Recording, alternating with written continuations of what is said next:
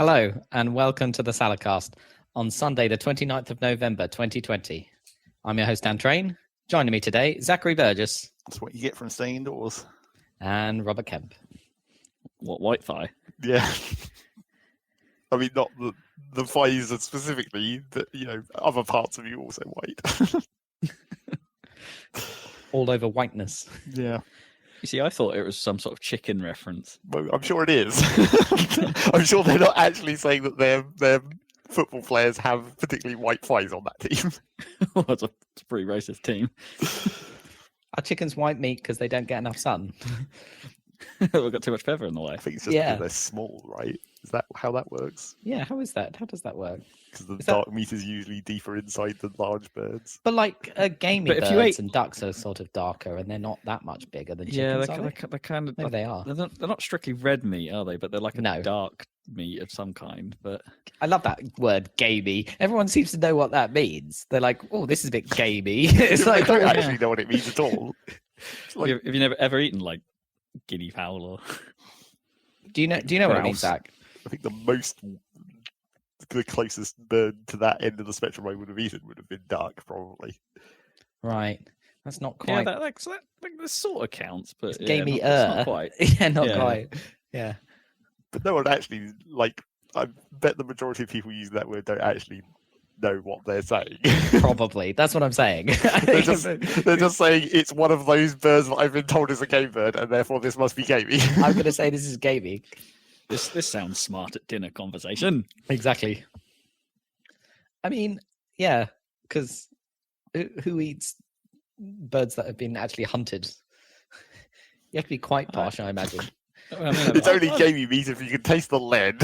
Yeah, well, you get lead shot literally in the bird. I mean, I've had that before, once or twice, but it was actually rabbit rather than a bird.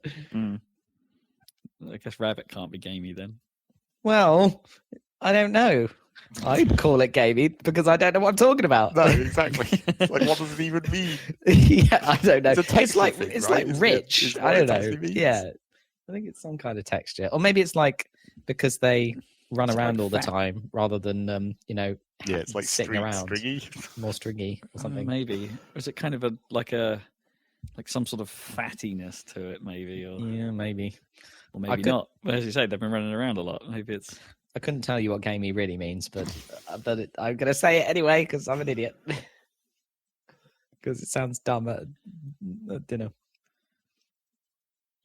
Rich bird taste. Let's go with that. It's a bit rich bird tasty. A bit rich bird taste, yeah, isn't it? It's like a bird that's been fed foie gras. Oh, that's also almost like that South Park joke, isn't it? Where it's like feeding a calf jerky. Yeah, I watched The Social Network last night. It's one of my favorite films, actually. Even though the Zuckerberg in The Social Network is nothing like the real life Zuckerberg, he's actually much more human than the real Zuckerberg. Yeah. Right, he's an asshole, the guy in The Social Network, but he's like a good character, whereas the real Zuckerberg is like a weird alien. But yeah, there's that joke about how Eduardo likes smoking their meats. Zuckerberg loves smoking their meats. I mean, who doesn't? And then there's the joke about how the Eduardo Saverin or whatever, who plays him, Andrew Garfield, his character. He has to like take care of a chicken as part of like initiation rites for one of those fancy clubs, and he feeds the chicken, and then he gets in trouble. Not a good idea. I mean, it's not a particularly helpful definition of gamey here. It's having a strong flavour or smell of game. Of game? Oh, brilliant. Wait, especially, I mean, okay. I mean, you could say that about your living room. Man. I mean, yeah, I smell of game right now, I guess. Smell of game. But like, okay, let me just read you the definition as written on like through the Google dictionary, and like I'm a bit lost with this last bit. Like, so it says of meat having the strong flavour or smell of game, especially when it is high. High game. High of what? Like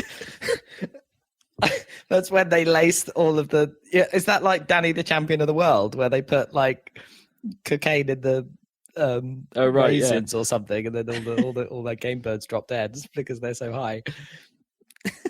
I don't know. It's Do you so remember weird. that? That was literally the plot. Danny, the champion of the world, was about a kid who poisoned a whole bunch of birds. I mean, I remember reading it. I think that's what it was Like, about. it's one of the few books I've ever read. Like, but I don't remember anything else about that other than chickens. I remember him poisoning a game. lot of game. I don't think they were chickens. They were something. They were game birds, pheasants, pheasanty sort of thing. So part of the plot was definitely him mass murdering pheasants by like.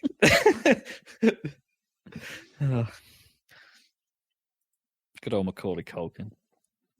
Is there a film version? There's a film version, yeah. Because I Oh, remember the what? book I read had Macaulay Culkin on the cover, so I assume there's a film version. Okay. And there's that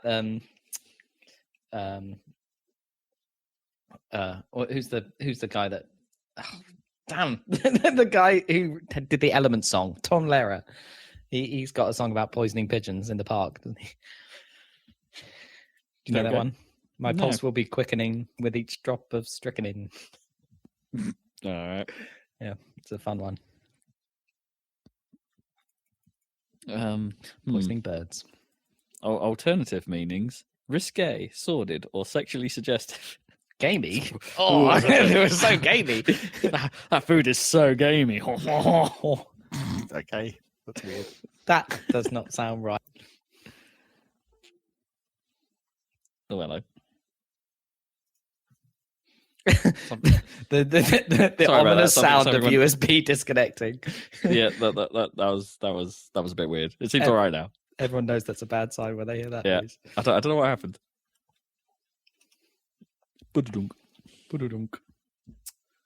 So white thighs. Well, I've got my vitamin D supplement. It's a spray. That's all you need. Well, they're giving them out for free, apparently. I mean, I got mine from my job. They sent me one. What do you mean it's a spray? Like you spray it in your mouth. Spray. It's weird. I was thought you were you gonna say it's spray like- on the skin. That would make yeah, more sense. like a No, fake tan, a vitamin D fake tan. Daily oral spray. I mean, I guess normal vitamins go in the mouth, so it's probably fine. Shake well. Once opened. Okay. What? I mean, it doesn't actually say where you're supposed to spray it. Apart from in the mouth. In the mouth. It says oral spray.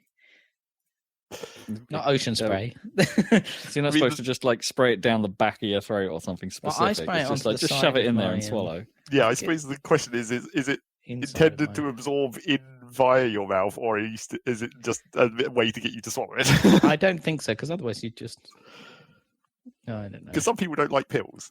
That could be a reason to have it in the spray form. It's a bit weird. Yeah. This packaging uses ocean plastic. Well, that's cool. They get it out of the ocean and made a bottle. That's cool. I'm guessing. I have no idea. That might just be a brand name. Yeah, that could just be a Ocean fake plastic. green brand. Greenwashing. Yeah.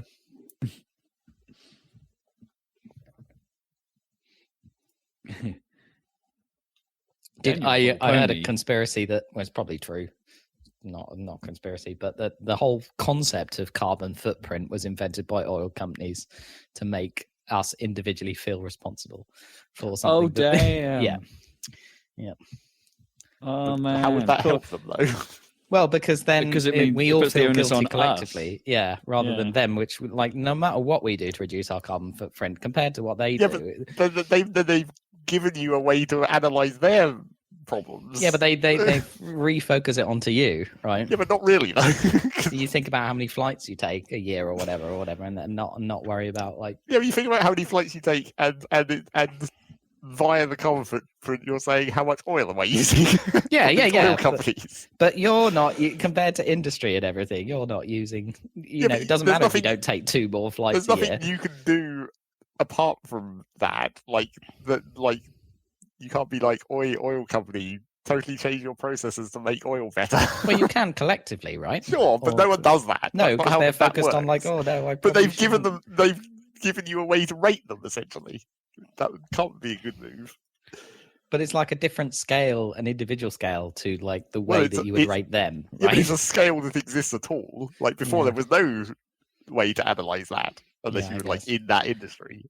I can sort of see where Dan's coming from, though, right? Because, like, okay, there may have been some, like, oh, where's like, global warming, and so then the Do sort of your part. the corporations get together and be like, can we brand this? Do you know what I mean? It's like you take global warming, which sounds quite doom and gloom, and then Captain Planet turns up, and then it's doom and then gloom. but then if you call it, oh, it's your carbon footprint, it somehow sounds less mean. Yeah, and it sounds this... like a kind of blitz spirit. We can all pitch in and do this together. When in fact, that's not the way to solve it, right? And also, they don't want you to. No, they don't want you to solve it. Yeah, but that's what I'm saying. Like they've invented a thing that allows you to analyze the overall problem, even if they're trying to put it on you. They've still given you a value to be like, well, these oil companies are bad because of carbon. And before we didn't really think about it. It was just like, oh, oil, we just use it and it's fine. Yeah. I don't know. I don't think it's quite like. Yeah, I think it did get bad at one point, right? The whole sort of global warming, protesting, and as I say, save the planet cartoons kind of became a thing, and then I guess the word carbon footprint comes along, and it becomes but we can all do our part, and yeah, so that's what those cartoons said in the first place. Did they? That was kind of the whole point of Captain Planet. They all did their part. Well, to take down the bad guys who are just chucking oil in the sea. Sure, but that's like those bad guys are the companies. Yeah, but that's not the same message, is it? It's quite. I see it both ways, obviously. Yeah. But in fairness, it's like most of the energy packages you can get in the UK now they advertise themselves as, hey, we're a renewable only package. Now, how much of that I can actually believe, if you know what I mean? Like, it's like, I'm on a because it's just siphoned off the grid, right? So it's like I'm on a renewable only package. That means all the electricity I'm receiving is green. Yeah, but it's like all offset based, isn't it? Like, it's not literally true, but they offset it so that it is true. On average. Maybe that's right, but the wording is just like, it's renewable only. Yeah, I mean, it's impossible because it's one grid, right? It's one bus bar, basically. So, I mean, all the energy comes from all the sources. Yeah, it'll be some sort of figure, wouldn't it? It'd be like, oh, this tiny portion that your total energy usage is like, we can take that out of our funny renewable bank. Well, I mean, I suppose the real question about that value for us in the UK specifically is like, are they counting nuclear as renewable? I don't think it counts. No, it doesn't, does it? Because you can't. But it's definitely. It's not technically renewable, but it will last a hell of a lot longer than coal and oil will. Oh yeah, I mean, I'm all for it. Did you hear they're going to build Sizewell C? Yeah, that's one of the few ones that hasn't been cancelled at this point. Yeah. Well, Hinkley Point is still going ahead, although it's way over budget, obviously. I think, isn't it? Yeah, they're having all kinds of problems. But yeah, Sizewell C. And also, we buy a lot of energy from France, which is all nuclear, right? We do, yeah. I mean, and there was always the classic story, wasn't there? Like that, it's like, oh, we have to get ready for the EastEnders surge. Yeah. Right. Oh, that's not a thing anymore. I don't think. Not slightly, but not so much now. Yeah, it's more easily managed now. I think is generally the idea. But they have that crazy specialized power station thing in the Lake District for that, right? Where they just pump water to the top of the hill and then just dump it down when EastEnders ends. The surge protector dam. It's ridiculous. They use a surge to protect against surges. Yeah. But we do have quite a bit of wind. Luckily. Speak for yourself. No, I think as a country, as a nation, we are full of wind, and we take advantage of that. So I don't actually know, like how many non-renewable power plants do you think there still are in England at this point? Well, Drax is still going, right? That's massive. That's a huge coal-fired one. I think that nuclear plant near Oxford still running. What was it? Didcot? If we're going down that line, is that nuclear? Yeah, I think it had cooling towers. Yeah, but the coal ones have cooling towers. Oh, right. You mean the big? Okay, that doesn't. Yeah, I thought it was nuclear and stuff. There's a nuclear one up. Well, there's a few nuclear ones. There's one on the northeast coast, because you can see it from the train when you're going to between Newcastle and Edinburgh. Yeah. But I think Sizewell B is one of the more modern ones. So C should be, keep us going for a while. Yeah. Right. Power. UK power. Energy. Yeah. No one man should have all that power. I mean, for a long time, it was like we just bought all our gas from Russia, right? And had all these little combined cycle ones everywhere that you can't see, right? Because they're so small. Combined cycle. Yeah, it's like really efficient gas-powered thermodynamic process. I suppose that's the one that must still exist all over the place is gas. That's the one. Still have tons of oil rigs and whatnot. Yeah. I can see the wind farm out. You can see it from Felixstowe now. Oh yeah, it was cool seeing the one on the Norfolk coast when I was up there last summer. Yeah, along with Sealand, you can see Sealand from there. You could see Sealand from Felixstowe. I think so. Yeah. Can you do Or maybe you don't. tours? Maybe you can't. Maybe it's not actually Sealand. Rob just doesn't No, know. it could just be an oil rig. I don't know. But it is off there somewhere, right? But I don't know if it's off Felixstowe. I think it's a little bit north. Is it? I don't know. Maybe. I can't really remember. Um, I always tell myself it's Sealand anyway. well, it's definitely there somewhere. Can you do tours of Sealand? That would be. They let you on board into their country. Do they actually own it like that at the moment? Because it tends to be the problem with that place. It like randomly, they sometimes pretend that it's a country. Do you need a passport to get on Sealand? I don't know. Because wasn't it going to have servers for like the Pirate Bay or something at some point? Yeah, that was one plan. They were going to sink it into one of the legs and just use ocean cooling. Right.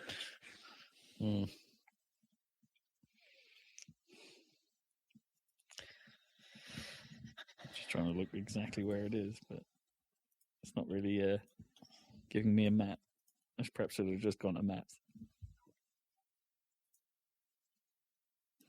Built in 1967.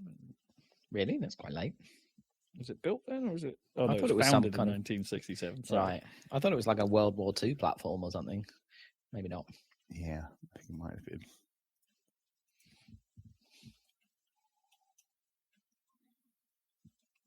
There's a restaurant called the Principado de Sealand. Sounds good. Oh, it might actually be on Sealand. Well, you'd hope so. Well, okay. This isn't massively helpful because there's like 4 dots on Google Maps that are just somewhere in the middle of the bloody North Sea. But they are all off Felixstowe direction. Right. Generally. I mean, it's not far off the coast, right? It's not actually outside territorial waters, is it? I don't think. I don't think so. No. It doesn't seem far enough. No. Which makes its claims of sovereignty a bit spurious. But what would it take for like the UK to go, all right, you're now actually doing something so illegal, we have to step in? I don't think they care. What if there was a murder? Someone done a murder on Sealand. You might as well go to international waters if you're going to do murders. It seems like you're just making it extra inconvenience yourself to be like, I'm going to do this murder in a country, just not a normal country. Whereas if I just drive my boat like 10 feet further, I could do it over here where it's international waters for real. But what if the Principality of Sealand doesn't have any murder law?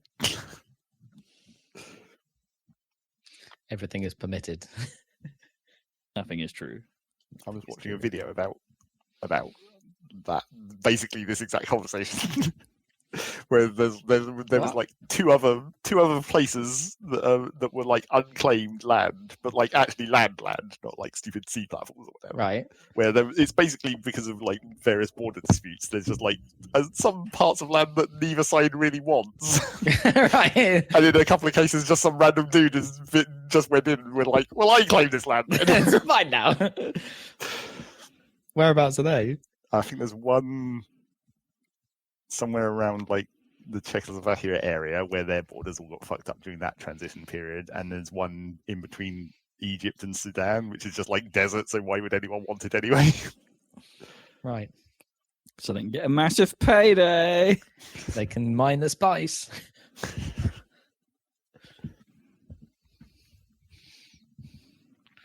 You'd think that'd be the first thing they'd do, though, if you owned a bit of desert, to just be like, right, can someone survey this for oil? I don't think oil is that common in deserts. If really. there was oil there, then well, it is. I mean, in the No, well, yeah, but not like you can't just go to any random desert and be like oil. certain deserts. Yeah.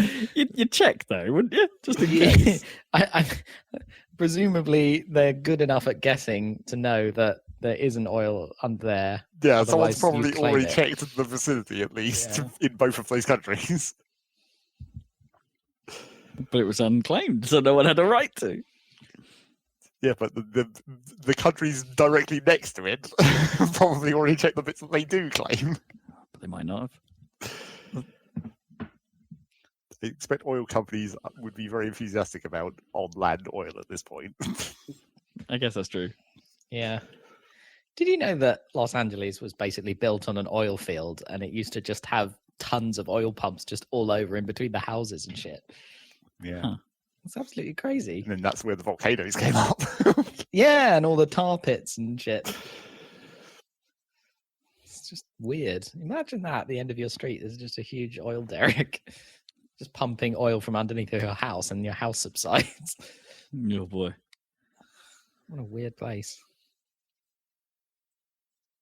Well, I guess they'd be quite noisy, or are they Yeah. noisy? Because Well, they I don't don't move think- very fast, right? Well, I think the pumps that are still there are probably not noisy.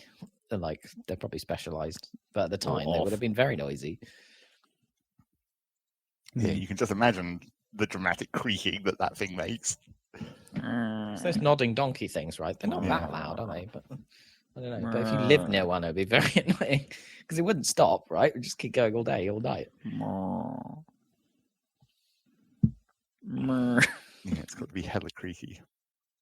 I drink your milkshake. Meh. And this is the What's that? creaky No, sound no effects. Country for Old Men. No, it's the other one. The other one. But there will be blood. Oh yes. Drink a milkshake.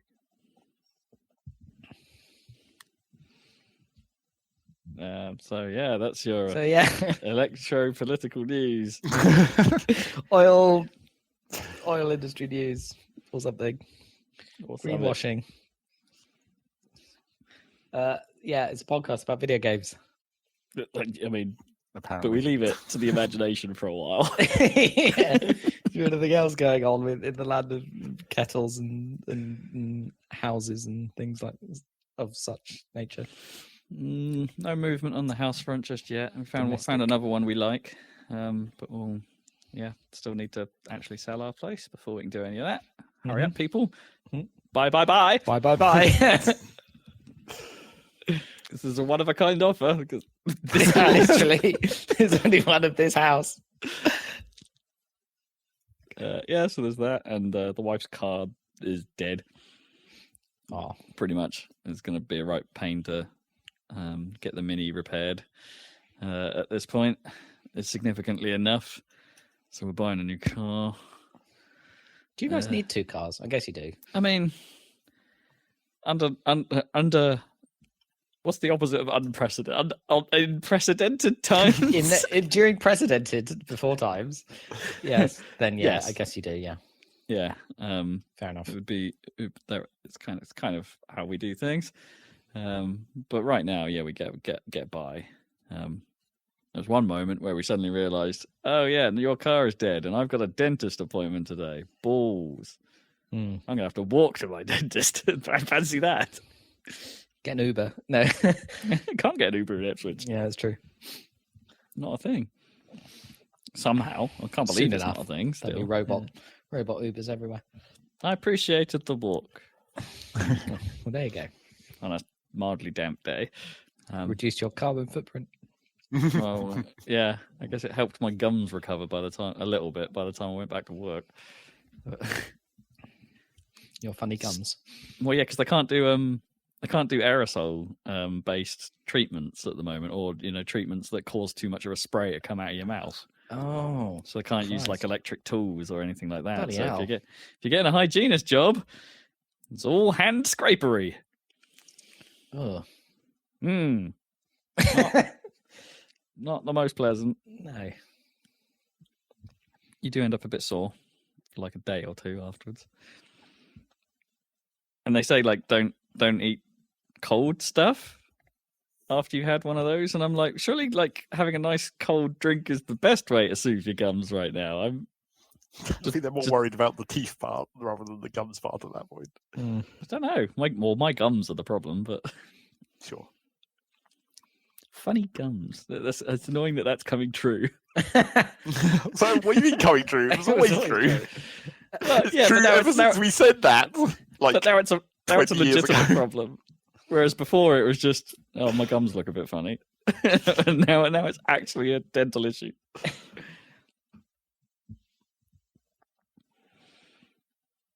So that's what's going on at the House of Rob. Going on. What about in Zegtown? There hasn't been anything going on here apart from one night it was extremely cold because an actual fire was lit in the front room and therefore the radiators went off too early. Oh, it's the what's it called, thermostat there? Yeah. Around about there. Well, apparently the radiator in the front room is just broken, so you can't turn it off. So they had to turn all the heating off in order to have the fire on and not superheat everything. Superheated steam. What? Why is it that like who thought it was a good idea to have one temperature sensor controlling an entire house? Like, Well, it's It's a bit weird, isn't it? Well, it's because, like, before the land of smart homes or whatever, you can't individually control each individual radiator. yeah, but you could at least and you- average out the signal from multiple rooms so that to give someone a chance of, I don't know. Yeah, that would be better, wouldn't it? To be like, I don't oh, know. one room is hot. Oh, that might be a fire. Oh, I'm not going to turn on the heating then. Or I might turn on the heating for the rest of the house. Or turn it down to a low level. That would Yeah, be but the fine. trouble is that, like, when you have the like a normal thermostat in one place, you have to choose that very carefully to be like, which of these rooms is the one that you want to be warm, but then you have to set all the radiators in the other rooms to not make them super hot, which is the problem I have. Because, like, Surely my in room the is age of- way more insulated than the rest of the house. I mean, surely in the age of carbon footprints, they could actually make it so the radiators just, adjusted themselves. Well, yeah. Each if you want to go radiator for a would- smart home solution, you need Yeah. Wi-Fi or whatever to Nested connect to up. the.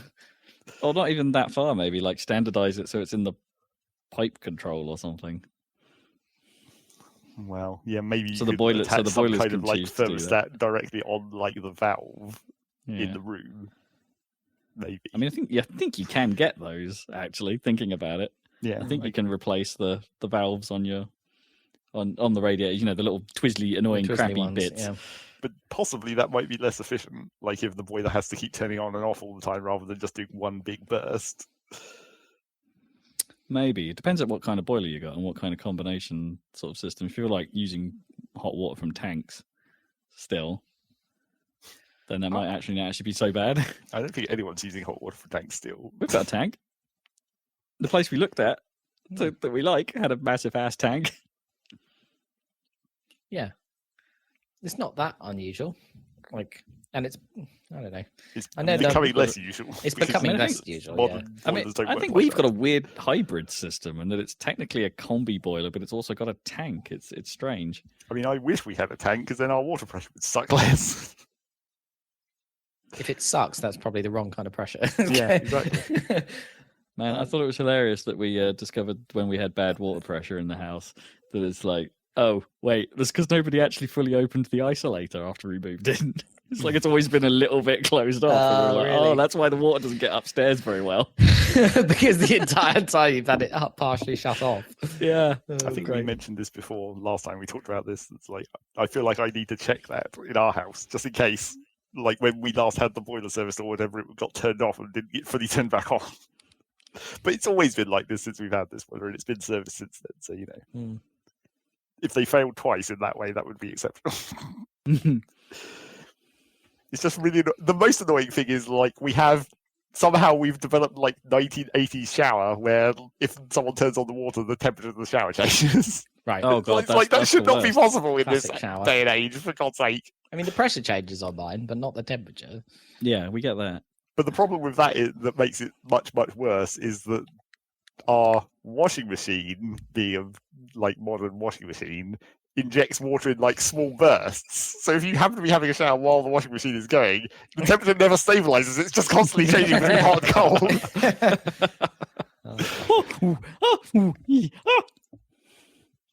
Mario taking a shower. I'm sure it's a very Simpsons unhelpful. joke as well about that. Well, yes, it's like an Yeah, that's 80s that joke. joke. It's like Yeah. there's just this should not be happening any longer, for God's sake.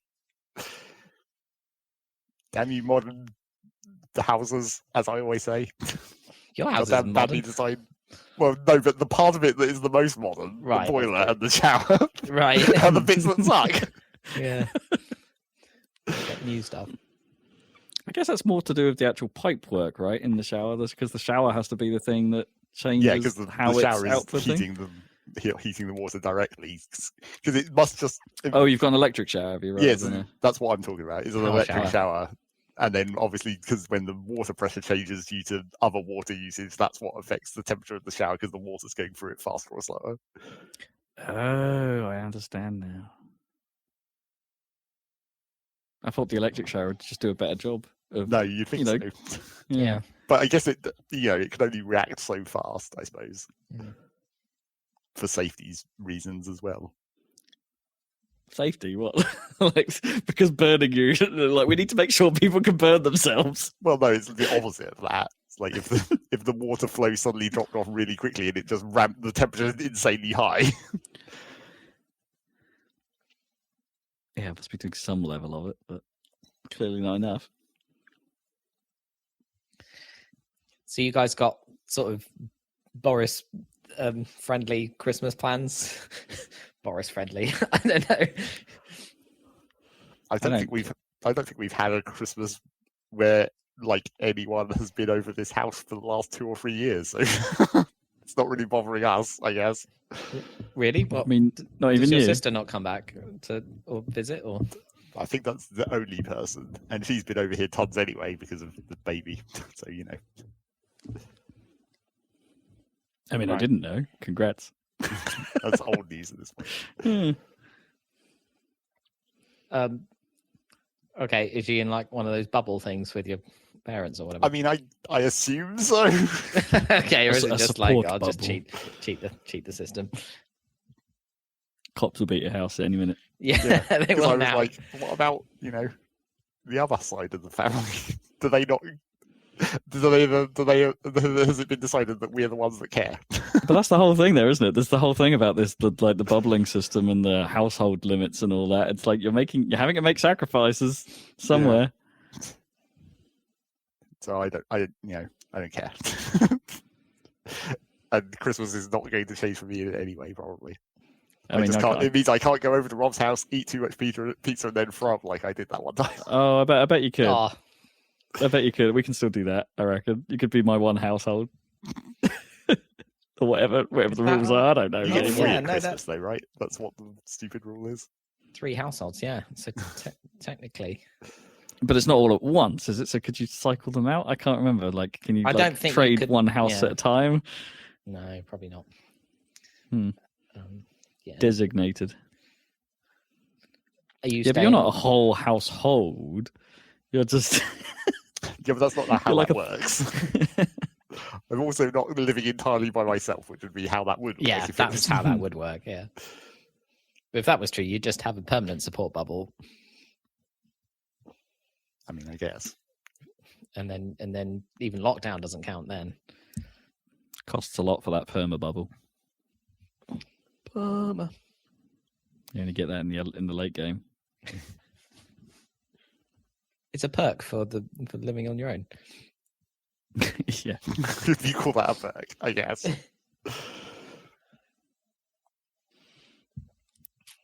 Yeah, I don't really plan for. It's not a secret anymore. I'm not really very festive anymore. No longer festive. No. The I Grimbo joy has left.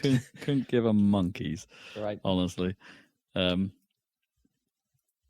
like, sure, I like the fact that everyone's on holiday and you get a chance to see everyone normally. Possibly for too long in some familial cases. but but you know, that's kind of the one thing. I don't care about any of the rest of it. I don't have the cheer. Well, we'll still be doing some kind of Crimbo, Limbo, Gameo, Euro. I mean, we it's still the have time. to make at least one podcast. Everyone's about the goatee. That's true. I only just learned what GOAT stands for. Like, that keeps coming Greatest up of all time. Yeah. It's like a hip hop thing. Yeah, it just sort of kept coming up on like various YouTube videos, and I'm like, what are you talking about? What are you saying, GOAT? Yeah. Is like Goat Simulator that big a thing? It just sounds so stupid. I think that's why it's good. Who's the goat? It's pretty dumb. It's a nodding donkey, not goat. News. News. Yeah, we're padding for time. You might have guessed. Yeah, why? Because there's no news. There's no news. Moving on. Games. Games. I mean, there's tiny shreds of news, isn't there? Like Square saying Avengers didn't sell as well as they would have liked, which is admittedly what they say about every game ever. But come on, Square, get it together. But I can believe it in Avengers' case. Yeah. Yeah.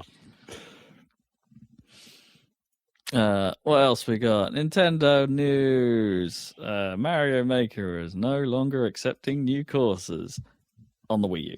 The Switch version's fine. You're safe. You're good. Don't panic. That is slightly strange though, because you'd imagine that they work on the same system, right?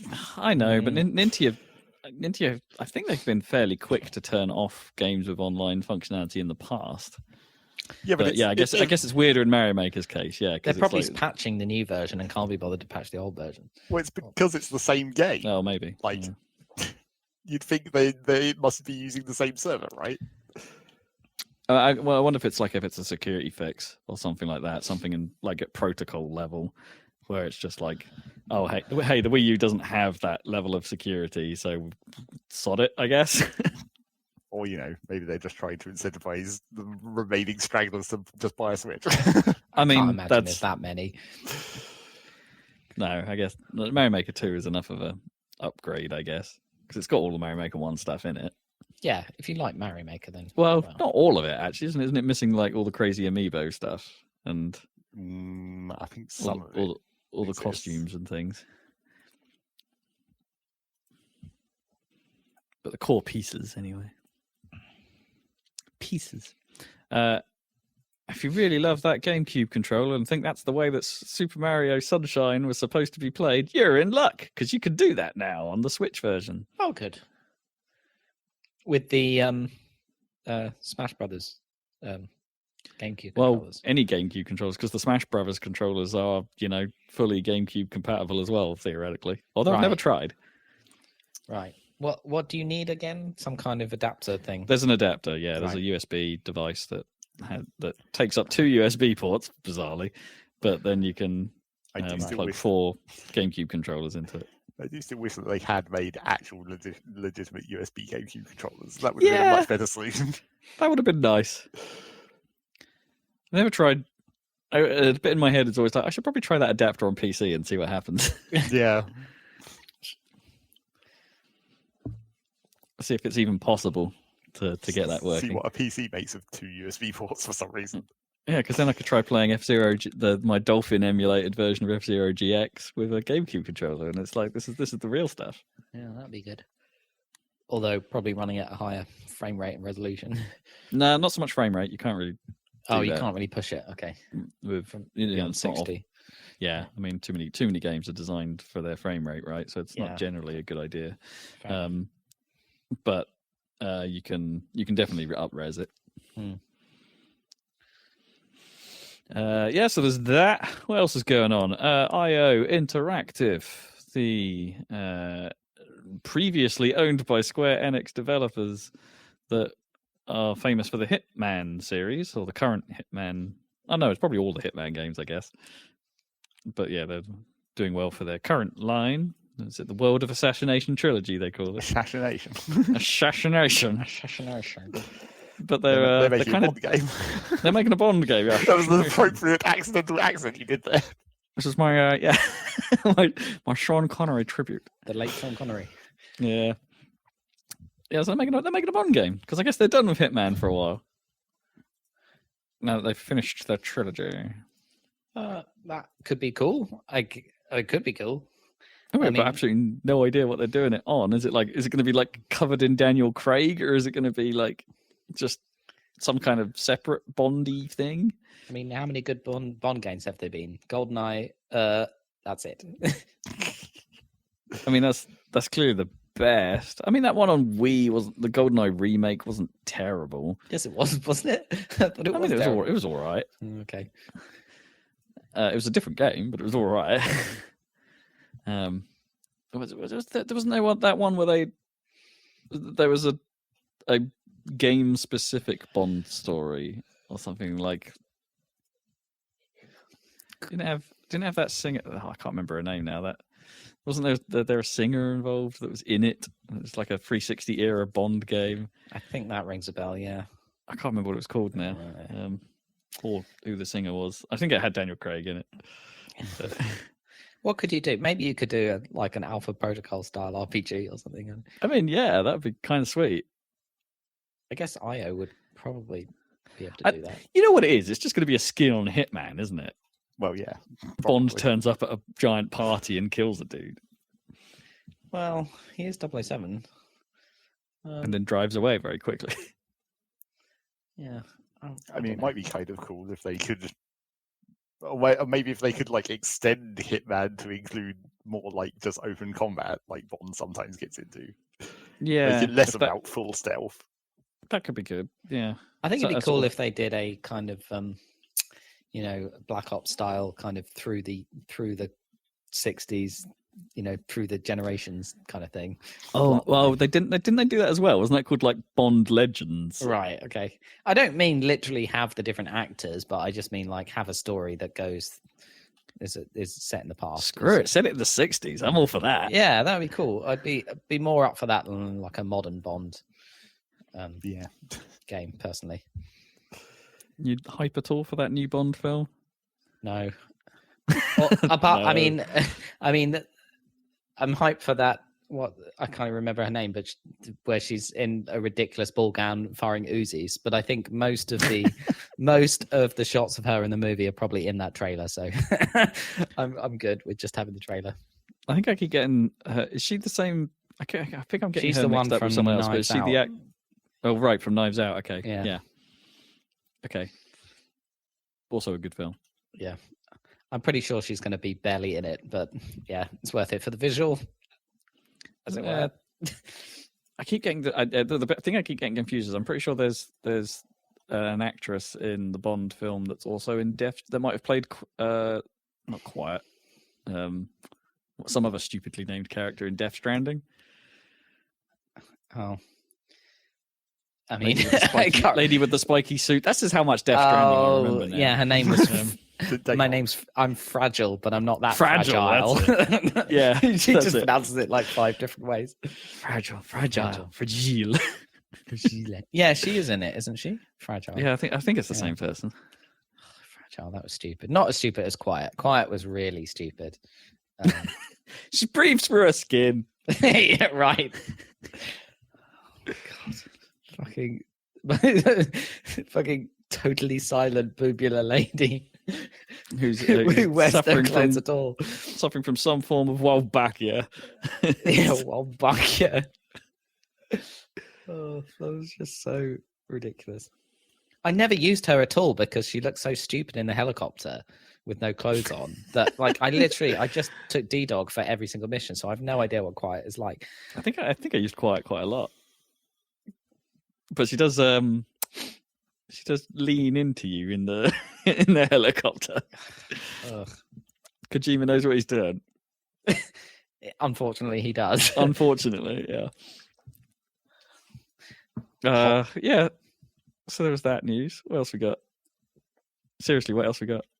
I don't know. I was wondering about the Cyberpunk release because I got slightly confused. And like, if you say you're going to buy a PS5 and you've, I think you have to get the PS4 version of Cyberpunk and then you play it in backward compatibility mode on PS5 until they release a patch next year that will give you the full experience. But I don't think you can buy a PS5 box copy of Cyberpunk at all. And I don't know if there will be one. And then I guess you just live with no, there probably will. Box for Cyberpunk. I think there almost certainly will be one. I reckon they'll put that out. I think it's the same is true on the Series X. I don't think there's going to be a strictly next gen version out this year. Yeah, the first version is going to be the bone version. So you just you have to know to buy the version for the old console for the new console. That's going to be it's good that they've kind of actually said, at least on the PlayStation, because it's not guaranteed on the PlayStation side, right? That if you buy the old version, you're going to get the new version on some games, right? Whereas but I think for this it is. Whereas on Xbox, they just have to slap the smart delivery tag on it, and it's they've got their there you go. fancy Oh, right, system, okay, yeah. But I think for Cyberpunk, which is probably the biggest release, they are promising that you get the full game, right? For both systems. Makes sense. But it's not confusing, in my opinion. The fact that you have to buy your brand new game in back compatibility mode is a bit weird. It'll probably run really well though. Even it does. Like in back compatibility mode, it might run better. It does. Yeah, I think it does. Run better than on a PS4 Pro. But I mean, it won't be able to take those PS4 and the bone versions aren't going to be able to take advantage of the some of the new architecture features, let alone, so you end up with that, hey, backwards compatibility isn't 100% representative of the power boost of the new machines. No, because you won't, you won't get the ray tracing until that upgrade. Oh, you definitely won't get ray tracing. Yeah. Whereas on the PC, you'll get ray tracing like straight out the box, right? Yeah. I just mean it's other subtle little things like, hey, if you want to make use of Microsoft's Velocity architecture, you can't if you're designing it for the previous console. Like, I'm sure it plays well. It's just a bit of a weird. They've been so long putting this game out that it's in like a weird limbo time now, where they don't. They have like, what version am I getting? Yeah, it's still technically coming out in a couple of weeks, isn't it? Yeah, it's coming out this year. They haven't delayed it again yet. Not yet. They can't really anymore. I think there's physical copies of it out in the wild. Yeah, it got leaked. I think. Yeah, there's some reports that people are playing it. Yeah, so unpatched home versions of it got out. Yeah. I'm not hyped, but I'm not really hyped about anything anymore. So there you go. I mean, it's kind of a big deal, right? It is a big deal. Yeah. I mean, it might magically turn out to be the new Deus Ex, and then I'll be all in. But I just don't really feel. One thing that made me feel better about it is all the kind of stuff that I thought was really trite and just sort of generic cyberpunk, as in the genre. I've now realized that that's all from Cyberpunk, the board game from the 90s. Like, right, yeah. So the fact that it's called Night City, I'm like, oh, that's so stupid. And it's like, oh, right, that's just straight. This the original world name. Exists. Yeah. It was always stupid. That's fine. It's not their fault. Yeah, I think, but that's kind of great actually in a way, because it means there's the whole kind of like get out of jail card over this entire game, right? True. They can be as dumb as they want, and it's like, it's fine. It probably already exists. Part of the law. Yeah. That's tabletop law. That's just kind of how cyberpunk is in general, really, isn't it? The concept of cyberpunk, you can get away with practically anything. Kinda, but they ground it, don't they, in like Blade Runner and which is I'm classing as cyberpunk here. I think it's just about cyberpunk, isn't it? Blade Runner? I don't know. Yeah, it's enough. Yeah, it's light. Neo-noir. Yeah. Or even Deus Ex itself is definitely cyberpunk. Let's face it, right? Yeah. It's just like, it's a bit more grounded, right? Even though it's pretty similar themes. But the Deus Ex approach was take every real world conspiracy theory and just mash it into one game. Yes, all the conspiracies. All the conspiracies. They're all connected, which was quite cool. Now it would be like QAnon and all that bullshit. Pizzagate. Can you imagine a They're modern boring Deus Ex? conspiracies, though. Yeah, they're boring. And also, they're kind of all the same one. Yeah. There's not nearly enough aliens or like Illuminatis. Illuminati alien. Well, the Illuminati stuff is still. Well, the Illuminati one is just kind of all the conspiracies as well, technically. Yeah. I mean, now it would be like about election fixing and Russians, right? That's all you got to go on. That's true. There wasn't much Russian stuff going on in Deus Ex. Was there? You never go.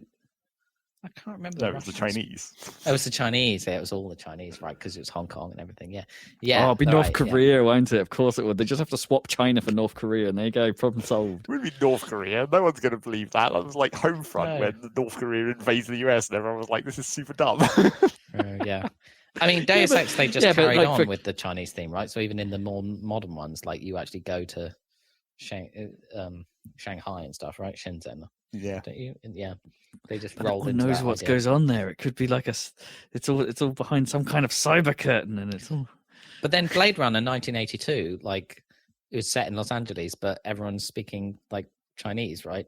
Because they saw that coming, right? Firefly. Yeah. I don't know. We will see. Is there a bunch of Chinese Asian influence in Cyberpunk? There must be. I mean, I wouldn't be surprised because part of Cyberpunk's general aesthetic is, a bit of Tokyo, right? And the sort of that whole style of neon jungle. Yeah, it's ironic, really, isn't it? Because in Hong Kong now, which was the neon, like all the neon signs are like historic now, and they're incredibly hard to because they're super power inefficient. So everything's LEDs now, which is like just doesn't look as cool as the neon. The neon is gone. I mean, there's a lot of stuff that isn't neon stuff. Like like a great deal of Tokyo was just like basic ass lit up signs, right? It wasn't all neon.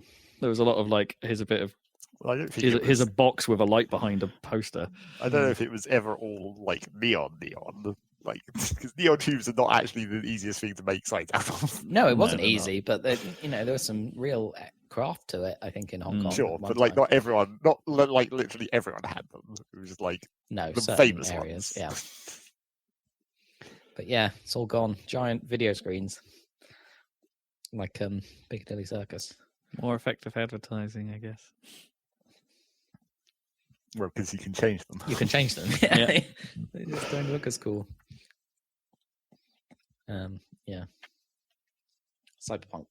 Hopefully, still good. Hopefully good. I don't know.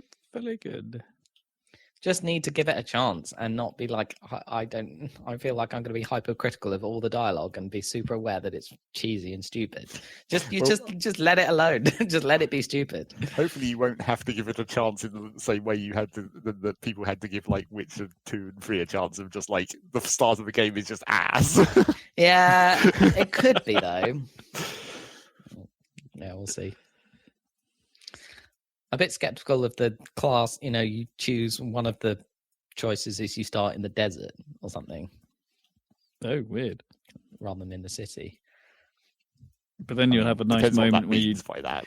Depends how you end up out there or whatever. But that could be a great option because then you have like the whole city reveal. Yeah. Yeah. Also, it depends what it actually means by the desert, of course. Yeah. Because in Cyberpunk, you could be talking about just like a huge junk pile, essentially. Yeah. We shall see. Anyway, that's the news. Not very much. That may be what we will be playing, but what are we playing right now? I guess the Game Awards can't be far away, thinking about it. Yep, start of December. Yeah. So there might be some announcements coming. Tips for... Well, Last of Us. Well, I mean, the game win everything, isn't it? Yeah, all of the Game Award nominations have been published now, and yeah, Last of Us is tipped to win the majority of them. It seems. What other games have we got? Animal Crossing. Yep, that's the upper. Yeah, that's up there. I think Assassin's Creed is up for a few things. All right. Maybe I'm doing this all from memory. I don't know, but I wouldn't be surprised because it's not. If you think about 2020, it's not actually a particularly big game year. No, because none of the new consoles have big launch titles. No. Cyberpunk is the one, right? I guess, and it hasn't happened. Well, it's basically a it didn't. 2021 game. Exactly. Yeah, it didn't make the cut because it's too late. Oh, Yeah. Ghost of Tsushima, I guess. Hades was up for quite a few things. Doom Eternal's on there. Yeah, Ghost of Tsushima. FF7 remake. Yeah, of course. I keep forgetting that happened. Yeah. They just went. Yeah. Which is bad because I really, really want to play it, but I'm sort of holding back to potentially play it with Zach. But I really enjoyed the demo, and then I read that part is the opening part is the best part. no. I've heard the whole game is good. Oh, right, okay. No. No. I reserve that judgment until I have played it and then give it a Rob review. Yeah. Are you not going to do? But all of this is crap. Another Happy Salad series on that game. I mean, we've been tempted, right? But it's like I feel like that game I want to play properly before we do a video. Okay, fair enough. Why though? I don't know. Just... You think we're not going to play it properly in our video? No, we'll be playing it to get to the end. Rather than, we didn't grind in 7 all that much. We avoided because we didn't have to. We didn't have to. That was the trick. Because we knew where to go. But like in a modern game, that's not going to be nearly as much of a problem, right? Yeah, it will be better designed than Final Fantasy VII was originally. Man, it would take us forever though. Yeah, by the time you finish it, part 2 might be done. Well, yeah, exactly. Yeah. Just go right into the next video. That'd be very, very convenient.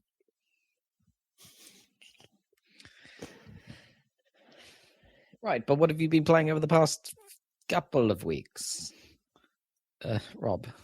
Me? With my reputation. Oh god, I gotta get this off my chest. Let's talk about Doom Eternal. Doom, because I finished that thing yesterday. Crash. Doom Crash. or what's it? Was it just Orb? I think so. Yeah. Or Ranger.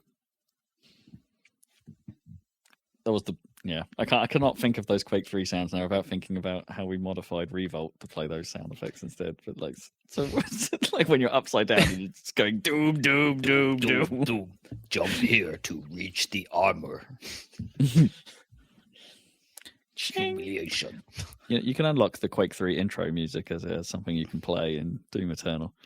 That's weird. That's really weird. And it's got these albums you can find, and it's just like random tracks from Doom's history. Like, so there's like Doom's history of Quake. Yeah, Quake 3's in there as well. Quake Champions is in there as well. Quake 2 is in there, which is actually great because Quake 2 soundtrack is great. The 9 Inch Nails one. No, Quake 2 was Sonic Mayhem. Oh, Quake that was 1 Quake, was wasn't 9 it? Inch Nails. Yeah. Which isn't in there because I guess they couldn't relicense it or something. I don't know. Right. Yeah, I don't know how I feel about Doom Eternal. I really don't. It has ripped and torn me. It's Torn asunder. Yeah, it's an odd one because I was a little bit hesitant about it last week or last podcast when I was just getting started with it, and that's kind of fine because there's definitely a easing into it with Doom. There's definitely a curve to you becoming familiar with its systems, and I think the game, in my case at least, I was not outpacing the game. The game was outpacing me a little bit. It was introducing stuff faster than I was really getting a grip, and that's exacerbated a little bit by the fact that you are quite weak at the start of the game and you become quite a lot stronger by the end of the game in terms of like your raw health and how much armor you can and how much ammo you can carry. So I was really struggling for ammo at the start of the game. And in fairness, in some sections towards the end of the game, I was also quite struggling for ammo. But it teaches you what is the fundamental of that game, and that is to mix up your combat. You have to mix up the combat, otherwise you're going to be missing out on resources. And I think in principle, that system really works. When you get the flow down in a decent fight, just switching between I need to be glorying killing that guy because my health's running low to being like, okay, my armor's a little low, so I'll flame a few dudes and I'll get armor out of them when I kill them. to then being like, okay, I'm running low on ammo now. I need to chainsaw a dude, but I've only got enough fuel for the fodder enemies, so I need to go find a little guy in the middle of the fight and just chainsaw that guy for armor, for ammo. Sorry, and you're managing this sort of loop, in the middle of a fight, and at its best, that feels great. It really does. Like it's a nice system, and it's they changed that a little bit from Doom 2016, where like the chainsaw was kind of your oh god, I need stuff, anything, just help me out, and that's why chainsaw fuel was so rare, right? And like precious in the first game, because it was like, oh god, help me out, and you chainsaw a thing, and it would be like, I'm good now, let's carry on. Whereas now it's a tool. It's not your get out of jail card. And yeah, when that's flowing well and you're in a good, it really works and it feels great. I think. And let's stay on the positive for a bit. And I think it's like towards the middle portion of the game, as you're getting a bit stronger, you do get to a point where it's like, okay, I'm getting you, game. I'm figuring out the balance of how to manage my combat skills and my utilities and my ice bomb, and switching between the weapons when I need to take out the weak points of certain enemies, which is a thing as well now. So I can manage all of this. Great. No, this is starting to feel really nice. And the arenas go through a phase of being not quite so annoying as they can be at the start of the game. So as you've got room to move about, and I'm not really getting stuck anywhere. I can rip and tear. This feels great. So towards the middle of the game, I think it goes for some real highs. But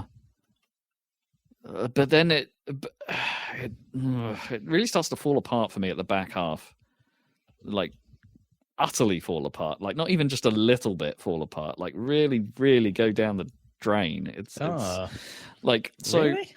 Yeah, so you're getting stronger, and they keep throughout the first 2/3 of the game, they're still adding mechanics. So you eventually end up with this sword called the Crucible, which basically one-shots anything you want, but you only get 3 charges with it, and the charges are very rare. And becomes a bit like your chainsaw, right, from the first game, that you don't really get anything for using it, but it's like you can insta-kill anything you want with it, right? Which is great. It's helpful if you're really in a bind, or one of the massive, I forget what they tyrants, I think they're called, where they're like 3-story high guys like spawn into a level, and it's like, okay, they're going to be a pain in the ass to kill with everything else going on, so I'm just going to crucible that guy right now. So that's, I mean, they add that, and you've also got your ice bomb, which you have to switch to your grenades to. So there's a grenade switch button on the D-pad, so you're switching to that as well, and your crucible's on right D-pad. And then while you're dealing with all of that, I'm holding RB to switch to weapons, which you're doing quite a lot, but it never feels like it slows down time quite a lot. So you're quite enough, so you're not putting yourself in danger while you're weapon switching. So, okay, I'm trying to learn how to quick flick it to just tap the button and flick the stick in order to select the right weapons, which occasionally goes wrong. So I'll switch to the which you'll get wrong because there's 8 weapons, and you might flick it slightly off center, and then and then you're managing your mods, so you can press up on the D-pad at any point to switch the mods on your guns to switch to a different thing that may be more effective against certain types of demons. And it's like, all right, there's a lot going on, but I can master it. So then the game decides to just be like, all right, now I'm going to throw you in some arenas that aren't big enough for the amount of enemies that I'm throwing at you. Oh. And your primary cause of death is going to be I'm stuck in the corner whilst everything wails on me. And that is no fun at all. No. Like, it means that death doesn't feel like I ballsed up this sequence. It feels like stuff just spawned around me and I had nothing I could do. Which also happens, by the way. Things can literally just spawn, like in some of the bigger fights, like right on your face, and you're like, I can't see anything, and I can't shoot through this while it's spawning. So I've got to change my direction and dodge around it, and it's too much of a cluster. It's just far too much going on for me, anyway. To really, I think it shoots itself in the foot by just throwing. They don't feel smartly designed, I guess, is my problem with it. Right. It just feels like, well, here's a room. That's just what are we going to throw in this time, right? And it's like, and there are mechanics in the game, like there are certain arenas in the game that are just they're just garbage. They really are. They're just like bad. There was one point where I spawned into a tiny, tiny little room, and it brings in a couple of cyber mancubus, which are big, hulking, both long range and short range death machines that have area of effect attacks that can land on the floor and stay there. And I'm in this tiny little room, and I'm like, how the goddamn do you expect me to fight this effectively? So I end up like dropping back and falling off a ledge and into a previous room and being like, right, come to me down this choke point, which they then decidedly didn't. They didn't follow me down there. So it's like, but the moment I go up there onto the ledge, it's like I'm suddenly in a wall of death where they're all just there.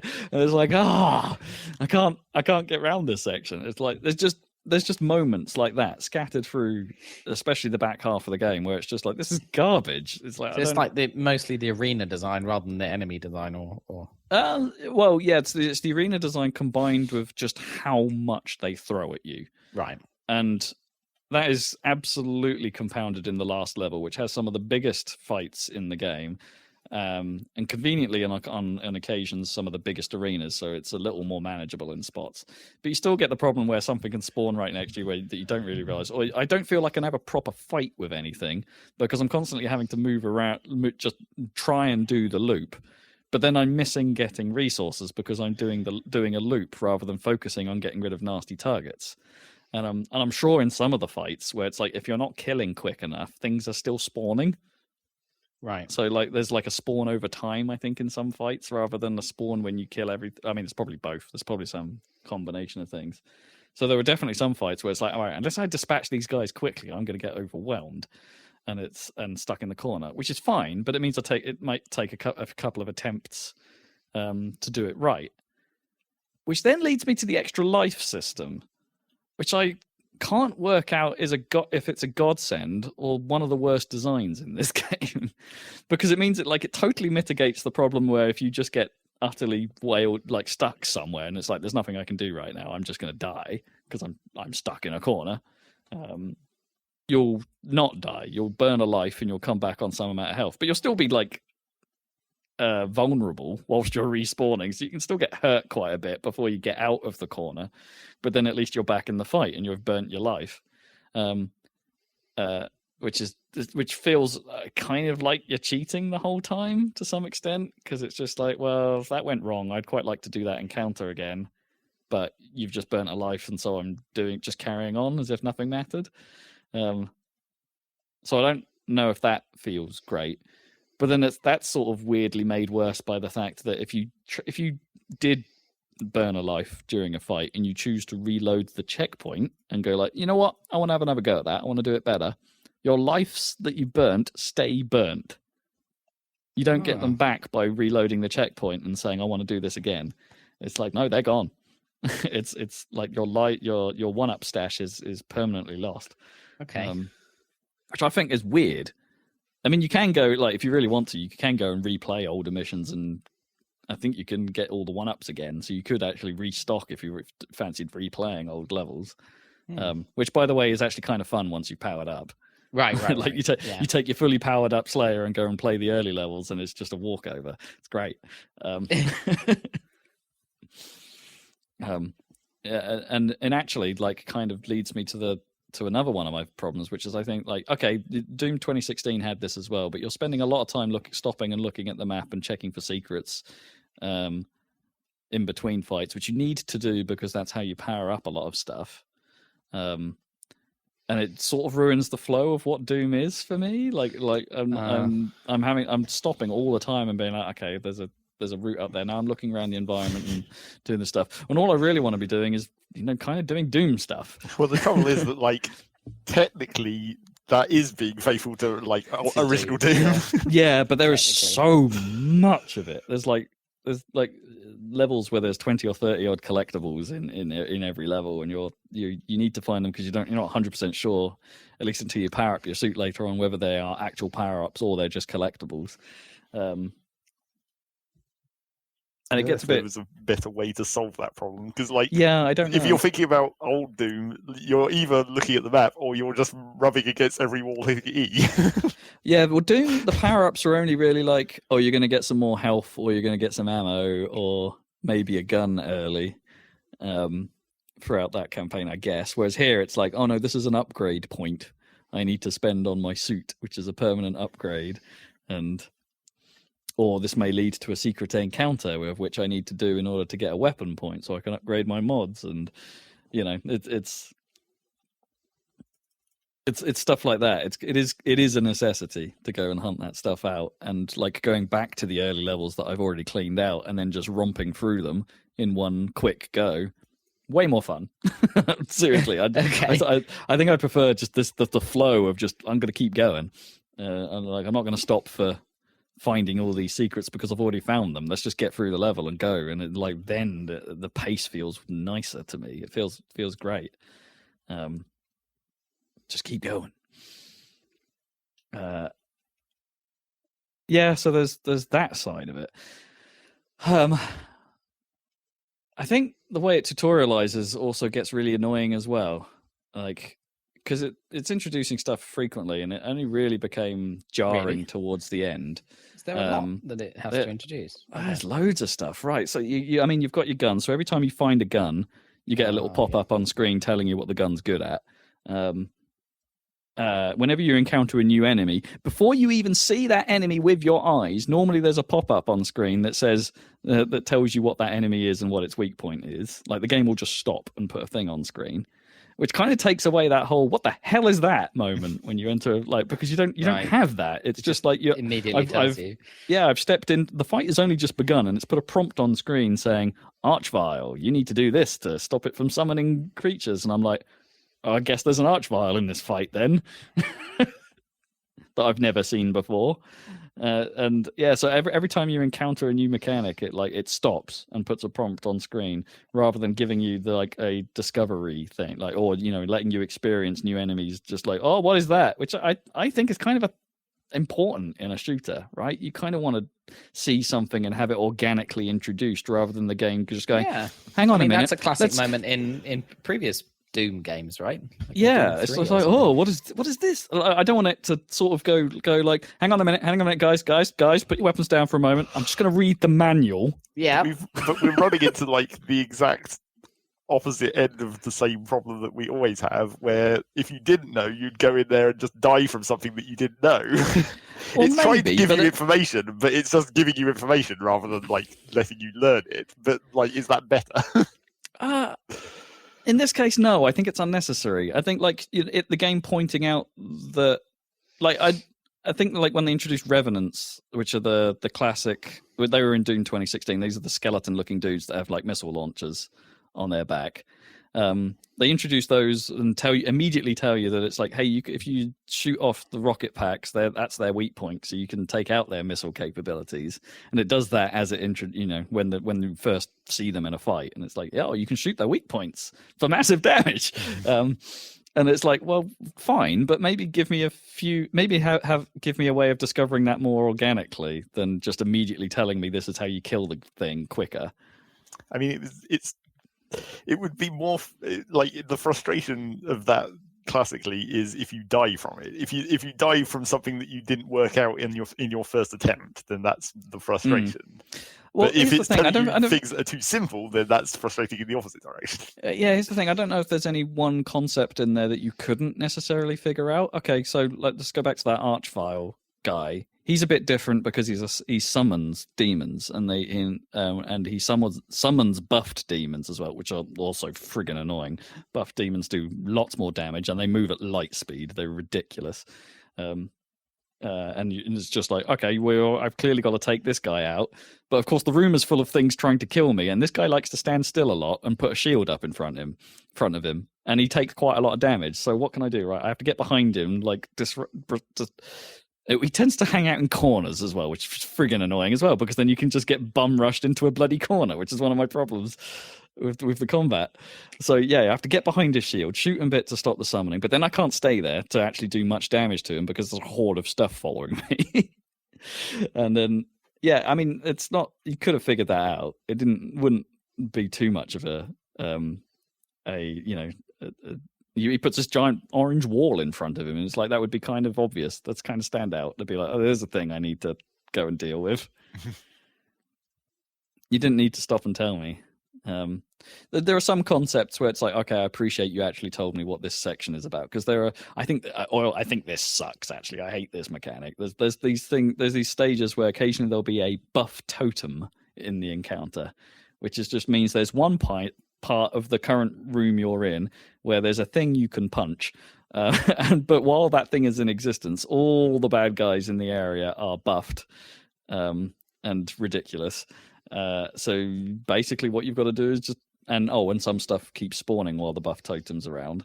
So it's like, basically what you mean is that at the start of this fight, I shouldn't really fight. I should go find the buff totem first and deal with that. Except for the first time they introduced the buff totem, you can't do that because there are bits of the level that start to open up as you kill things. So I spent a while just running around this area, not really fighting things, because it's like, right, I've got to find this buff totem. And actually what the game wanted me to do is kill these buffed enemies for a while until weird tentacles can reveal teleporters. And so I'm walking around all of the teleporters for ages, fighting this endless horde of buffed enemies, until eventually one of the teleporters opens up that takes me to the totem I can punch, and it all ends. And it's like, that's a weird way of introducing that thing. Why not just have it so... But then I just hate it anyway, because, as I say, it just devolves into every fight being like, well, I'm not fighting these guys. I'm going to go find the totem, deal with that first. Which could be anywhere on this maze-like arena sometimes. It's like, it's just a sucky mechanic. Right. What a shame. I don't know. It's just, and then I think everything they add to Doom in this particular one doesn't really work. Actually takes away from it in a way. Yeah, I think the Archvile is a bad enemy, for instance. It's like I don't think he is fun to fight, and I don't think he adds much to it. The enemies that now have area of effect ground attacks, that kind of sucks, right? Because it's hard to it's kind of difficult in an FPS where you're shooting and it's so fast and stuff like that sometimes to see where the zones on the floor that are dangerous are. And something may just land on you and suddenly AoE the area, and you're like, oh god, right now I've got to somehow even in Left 4 Dead 2, I get that that was missing from the set of zombies to have that area of effect spitter guy or whatever, but I don't know, they're annoying. Yeah, hugely annoying. And there's a couple the Cyber Mancubus that I mentioned earlier has an AoE attack, and he can either slam the ground and make the ground around him green and electric and dangerous. Or you can shoot missiles at you that leave AoE effects on the floor for a while. And it's and then you've got the Dreadnights I think they're Dreadnights, that chase you down and AoE the floor as well around where they are. And it's like, oh, for the love of God, it's too much. It's too much. I can't see what's going on. So they suck. What else have they added? I don't think they've added more traversal options. You can climb walls in some spots, and there's the dash is a good addition. I like that. Okay. You can press B at any time to just sort of do a little. It's a little bit like Halo 5's, shuffle along the floor kind of thing. And it's pretty essential to getting around and getting. Some of the enemies are a lot faster than they used to be, so you need them to dodge attacks and stuff like that. And they play to that as well. Some of the homing attacks, you can stop the homing by dashing or double jumping out of the way. Fine. Yeah, that stuff works great. Where you make me do platforming as just to get to the next part of the level, most of the time that's fine. It's okay. It's another pace killer, but it's fine. You can do that from time to time. But some of those sections super suck. It's really not obvious where it wants me to go. There's one in particular where a building literally is there's a jutty out bit of building that hides the bit of wall you're supposed to head towards and stick onto, but you can't see it while you're swinging off this pole to the next bit. So you've got to swing off to this after this pole, turn right. Right. Just happen to 90 degrees to your right, just happen to see this wall. Then you got to dash towards it to stick to it, which is fine. But there's absolutely no telegraphing that that's where that bloody bit of wall was until you've swung across and died a few times. Ugh. It's just some of the design is bafflingly bad in those platforming bits. Or bits where you're being shot at where you're trying to do a platform section. Those are very few and far between, but they're super irritating. And then I remembered that actually the super shotgun has a meat hook, then I probably could have grappled onto the enemy and skipped that whole thing. Use the enemies to get across. Yeah, which I probably should have used the meat hook and the shotgun way more than I did. But the shotgun, you don't get a lot of shells, and it uses two, like the super shotgun from Quake. It burns 2 shells per shot. Oh, yeah. So you're burning through your ammo pretty quick with one of those. Yeah, I don't know. It's just a whole collection of things that on their own don't sound terrible. But when you pile them up all at once, all the time, which is what Doom does, it gets very annoying. It's like there's fun to be had with Doom Eternal for sure. Like when it's at its best, when you're doing the Slayer Gate challenges, for example, those are great. Those are clearly just like this is just an encounter, load of enemies. They spawn at decent rate. But they can be long. They can be an intense fight, and those feel fantastic. Those are great. So what's Slayer Gate exactly? Slayer Gates are optional challenges you can find. So you have to find a Slayer key on the level first, which are normally near the gates. But that's part of the secret finding. You've got to find your way to get to the key. But once you found the key, you can then unlock the Slayer Gate and go into it. And it's these. They are basically they teleport. These kind of existed in Doom 2016 as well. But they teleport you away to a different arena where you're not hampered, and give you max health and max ammo at the start of the fight. And it doesn't cost you anything to try it again if you can't do this, so you can go back to these as many times as you want. And just puts you in a hard fight basically. In these arenas. There's no other. I think Doom 2016 would throw in some extra rules on this. It's like, hey, this is a hard fight, but in order to finish it, you've also got to headshot the enemies or something like that. And so this isn't there in this one. This version's just a fight. And I'm undecided about whether that's a good or a bad thing, honestly. But hey, those there's only 6 of them, I think, in the whole game. These Slayer Gates, but they're some of the best fights in the whole game. They're difficult, especially at the start of the game, but they're fun. That's what you these want, are right? what Doom. These feel like what Doom should be. Right. It's a shame when the meta game is better than the. Yeah. Which then leads me to the other kind of secret encounter, which I think I mentioned last time, which are the timed secret encounters you can find, which they take the form of like the gore nests that were in the first one. You can rip out a bit of them and then a fight starts, which is what happened in Doom 2016 in certain rooms. You had that was just part of the story in that. Oh god, which I'll get to in a bit as well. And these start fights which have a very, very harsh time limit. But and that's it, kind of. That's all they do, really. It's like they'll start a fight near you with a harsh time limit. If you fail it, all the enemies die, and the challenge resets, and you can go do it again. Except your ammo and your current health state don't change.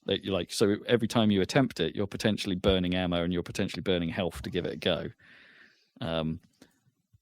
And honestly, a lot of these challenges suck. They are no fun at all. It's like the whole fun of Doom is surviving, not right. Yeah.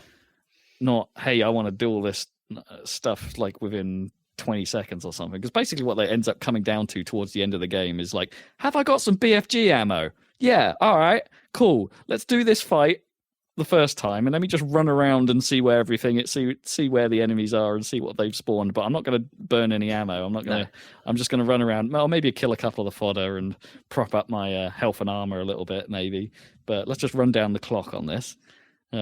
And then go, right, okay, if I shoot in this general direction with the BFG, I will win. Try and kite them into one place, blow them all up. And honestly, that's what I did with a lot of them. It was just like, I've got some, they're like, here's the cheap way of doing, let's run it once, and then the second time I'll use the cheapest tactic available to me to do them, and that's no fun. It really isn't. They suck. They completely suck. I don't know why they're there. And don't get me started on the last 2 bosses. Those are awful. they have all those problems compounded. The last boss in particular has everything I've talked about all combined at once. It's even the timed element of it is kind of there as well. Oh no! So it's like there's too many enemies. There's not enough fodder for you to kill to plump up yourself. Really, the arena is cramped. Okay. The arenas aren't too bad. The first half is kind of annoying, but the second half is big enough where you've got some movement options. Right. So that's not so bad. But the enemies kind of spawn in and despawn every now and then. So you could be like whittling down the health of a whole load of enemies that you're eventually requiring to actually, kill off and then get the resources from at some point during this whole thing. And then the boss will just despawn them all. And it's like, no, where's all my stuff? Right, what you need. So I spent a good number of those attempts, like just running around being like, I've got nothing. I'm practically out of ammo. I've got practically no health. I just need some little guys around that I can chainsaw right now or do easy kills on so I can boost myself up. And I'm spending half the fight just running, avoiding everything because I've got nothing I can do. And then in addition, the boss is also attacking you as well with some baffling effects. Like, there are just things that will fling you out of the level, like, randomly. Like, you're sort of punching bits of stage, and that can occasionally just send you off in a random direction, even if the punch is nowhere near you. And like, most of them happen too fast for you to see that they're coming and avoid whilst fighting everything else. It's just awful.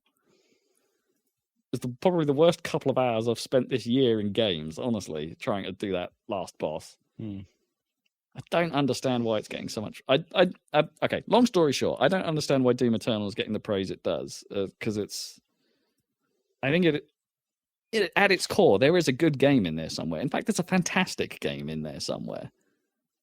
And that game's Doom 2016. You're right, yeah. Like, you already played. Yeah. Yeah, sorry. I haven't even touched on the story, which is nonsensical garbage. You have to read a lot of stuff happens that with names and proper nouns being thrown. You know what it reminds me of? It reminds me of Halo 4. Where it's just like there's a lot of things being. There's a bunch of names. Yeah, there's suddenly a bunch of stuff that you're apparently very acquainted with, but as a player, you have absolutely no idea. There's another Sentinel you meet at the start of the game called the Betrayer, who gives you a MacGuffin to do a thing, and I'm like, I have no idea who you are, but you two clearly have history, and it's right. And then, like, I don't know why I'm killing these priests. I don't know who the Khan Maker is and why she's the bad guy, and I'm only going to know that by reading. Khans. Yeah. Yes. Yeah, I'm not even sure that's even true. But the only way I'm going to learn all this stuff is by reading a bucket load of text that I find in logs throughout the game. Lore. It's just lazy lore. Yeah, and it's not even good lore. It's naff. Right. It's like, and it feels like it just squanders everything that the first game kind of built up. Like, gone is the goofy tone. Gone is it's sort of there, but not nearly as strong. Like, gone is the energy company just trying to make a buck off hell. Gone is the bad guy from the first game. He plays a very bizarre, non-important role in this one. The supercomputer you spend a whole mission systematically destroying in the first game is here and in a sort of palm in your hand chip that for some reason you have, and that's never explained why you have it. After you spent the entire last game destroying it, it's bizarre. It really is. I don't know what they were thinking. They were clearly smoking something, right? But maybe not the right thing that they were smoking the first time. Yeah. It's a bit of a disappointment. Yeah. Well, I mean, Doom's still Doom. The previous one. It's a good-looking game. I'll give it that. Yeah. I was playing it on my... Okay. Massive caveat here, I guess. I get the feeling this would have played a whole lot better on PC. Right. Just the control scheme would have felt a whole lot more manageable, I think, on PC. I mean, it's Doom. Yeah. I wasn't even playing it in a particularly hard difficulty setting. I'm like 2 out of the 5, I think. Like, really? Oh my god! I was like Hurt Me Plenty mode, which is like one above the base. And then I think you get Ultra Violence, Nightmare, and Ultra Nightmare. Ultra Nightmare. What? Yeah, they did That's that in the stupid. first game. It's ridiculous. I haven't even touched the multiplayer, but I think I might be done. Well, you're doomed. I'm doomed. Oh, and the music's not as good as the first game either. You know, not so much. There's some bangers, but not as many as the first game. Yeah, that's an important element.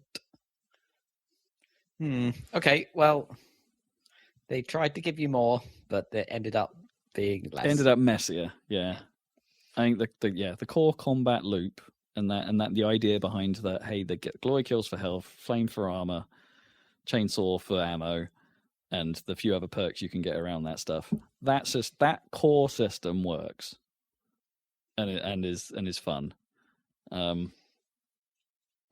Yeah, it's just the trappings around everything. Fun to be had, but not a complete win. Sorry, that was a classic Rob review, but hey, it wound me up at the end. Sounds like it deserved it this time, though. Yeah, it's brutally flawed. And I haven't really been doing a lot else, honestly. Been dabbling with No Man's Sky. Still haven't got my freighter. I mean, we did briefly attempt that to see how multiplayer worked, and it worked exactly as you would expect, I guess. Yeah, it worked. Nothing really to complain about there. It just sort of worked. Oh, although it made my game crash a couple times. Oh yeah, when you warped onto me that one time, and then one other random time as well that didn't seem to be related to morphing to me. No, it just sort of crashed out, which I haven't had in single player. That's only happened those couple times. And I guess we didn't really do anything. Like, we didn't do a mission or anything. No, we were just sort of faffing around, being like, and Zach's like, "Oh, what's your home planet like?" Which is not my home planet, the one I decided to set up. Well, so why do you put your base on? That's kind of your home planet. Yeah, it's not my starting planet, but yeah. You still haven't got your freighter. Well, I've literally only just found an Atlas station. Oh, okay. So you have at least jumped far enough for it to trigger the next step in whatever story. I mean, that was one more jump away. Yeah, probably would be like that. I haven't made many jumps. I made another jump to go find a black hole, which I found, and then it told me to go back to where I was to do the next part of the Artemis storyline. I was like, oh, okay, well, this jump was pointless then. Other than I better get my exosuit upgrade while I'm here. Well, I mean, assuming that it works like I think it does, and it is working it off jumps, it probably doesn't matter what direction you jump. It's just the fact that you have jumped. Well, they both turned up on the galaxy map, right? So I'd made one jump to where my home system is, and then it's one jump away to the Atlas station, which I'm now at, and I just haven't done. I've literally landed in it, and I just haven't spoken to the orb. Right. Or the black hole was another jump in a different direction. Yeah, I think the Atlas stations are fixed, and the black holes are. But then, the Artemis thing will just spawn because those are all just missions on planets. So it's just it just procedurally picks a location that's suitable, one of the different types of building or whatever. Mm. So those ones will just be in a random direction.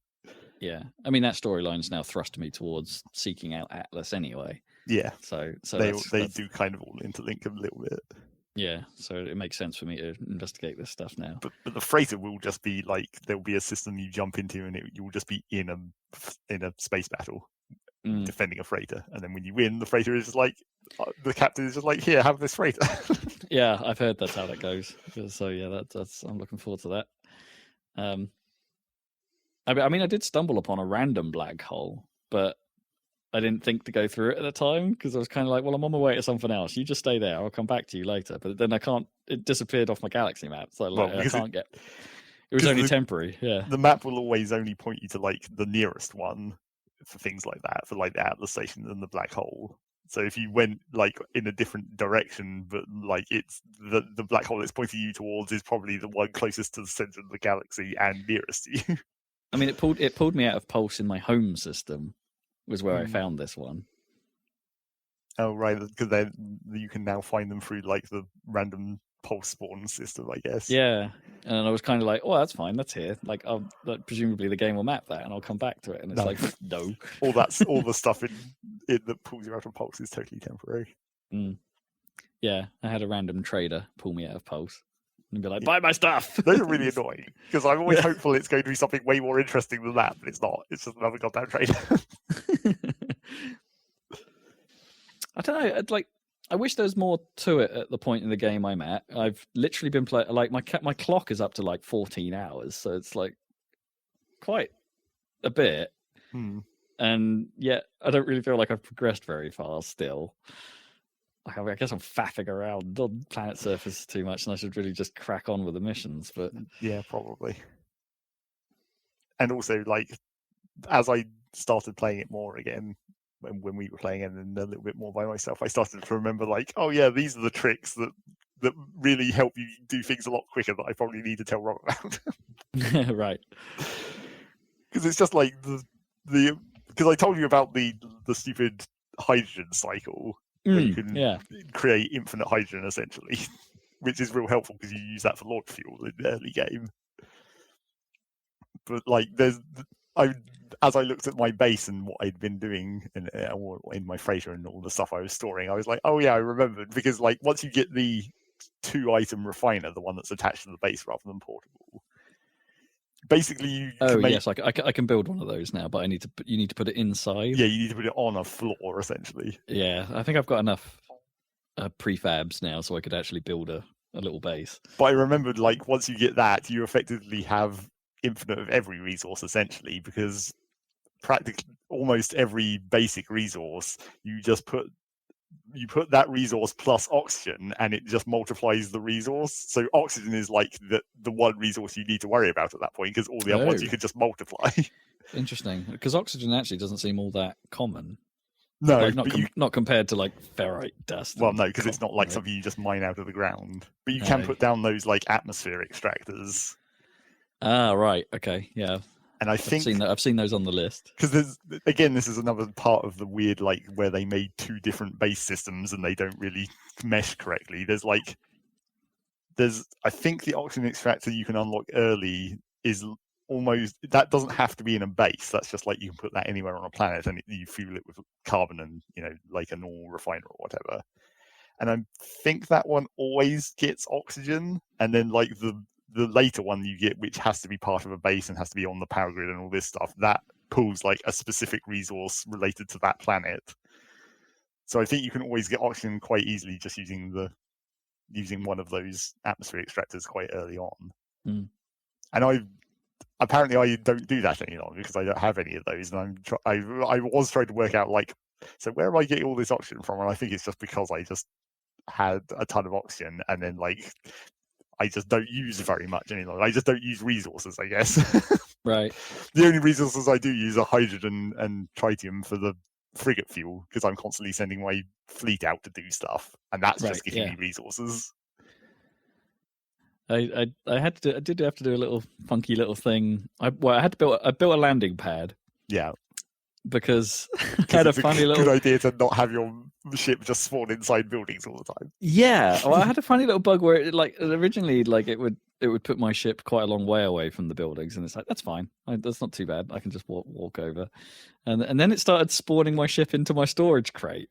I feel like that was probably because when we were in multiplayer, it was spawning my ship as well, and then it was like it had switched to like the second and third slot or whatever. Yeah, well, it kept doing that every time was the thing. Like from there on, even in single player, it's like if I teleported back to my base, my ship would be in the storage container, and I couldn't get in the storage container while the ship was there. Yeah.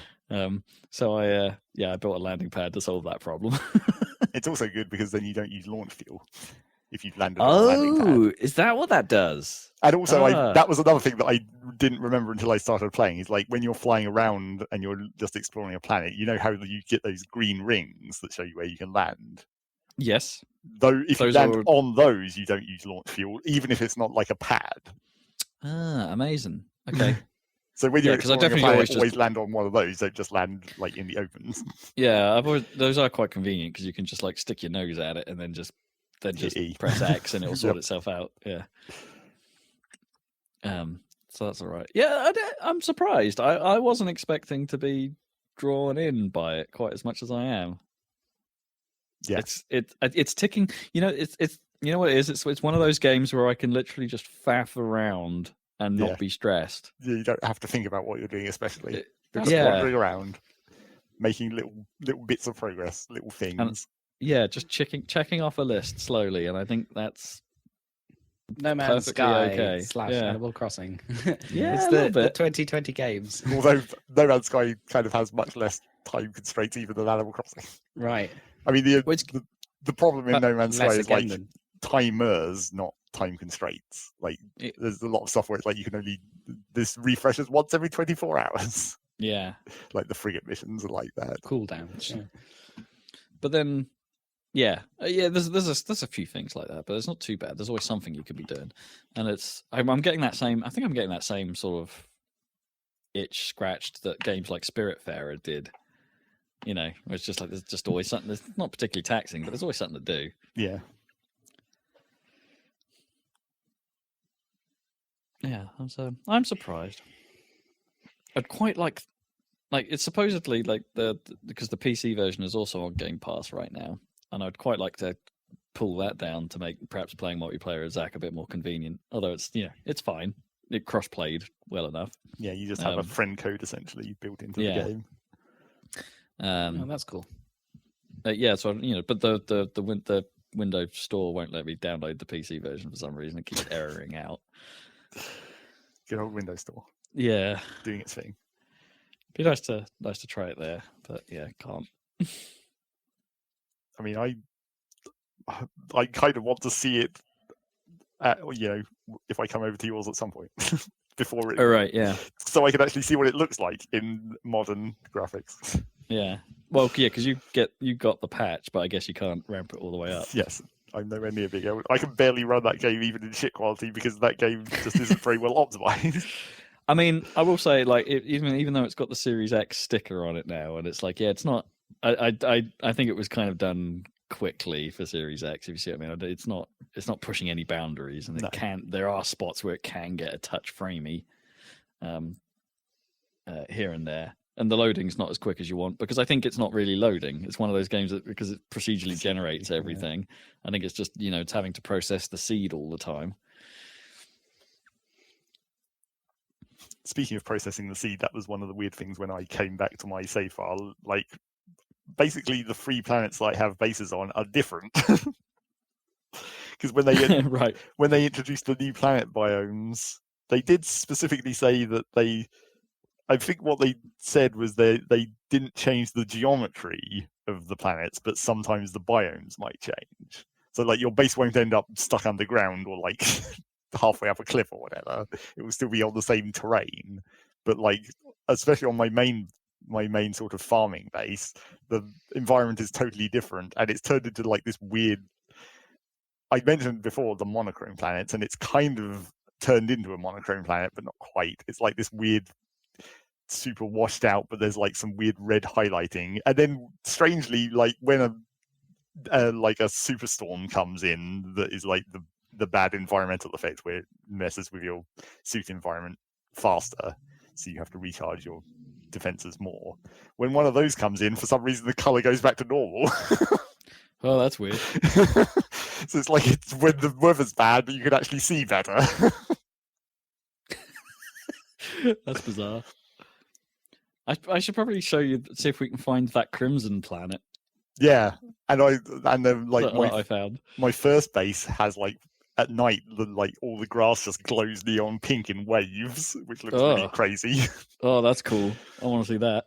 Yeah, we should actually get back in there again, I guess. Yeah, definitely. We should definitely play some more of that. It's if nothing else, it was nice to have a bit of company while I'm dealing with my faff.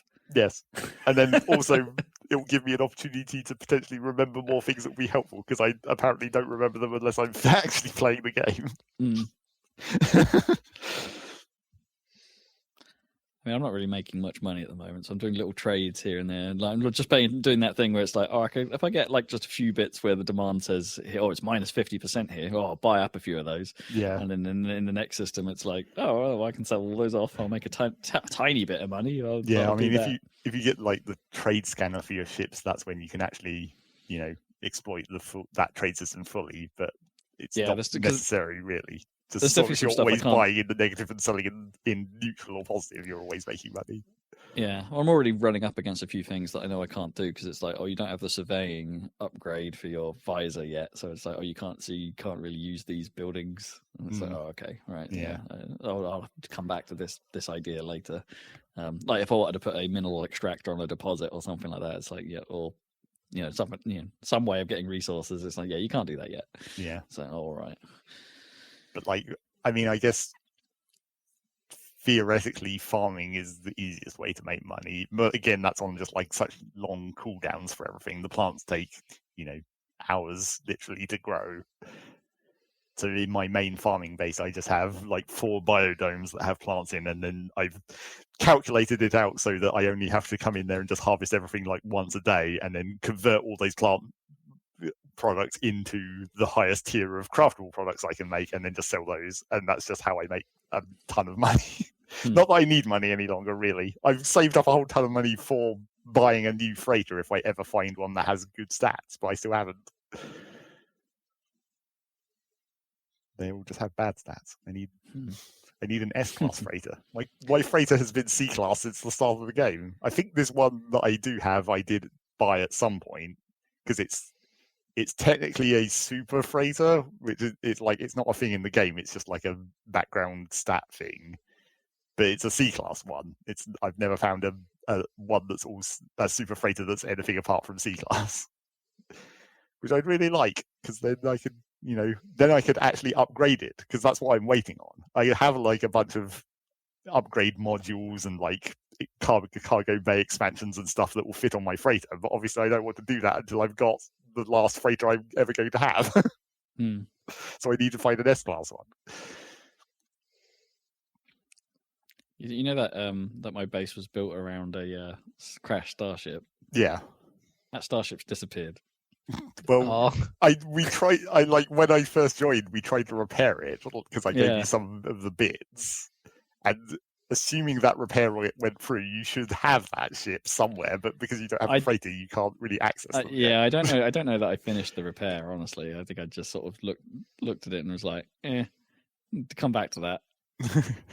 And now it's just sort of gone. Because we were talking about like you theoretically only need to repair like the launch thrusters and the pulse engine, I think, as far as I remember. Yeah, someone else told me something about that. That you only need to do a couple bits and the rest you can leave because they just get in the way of the slots.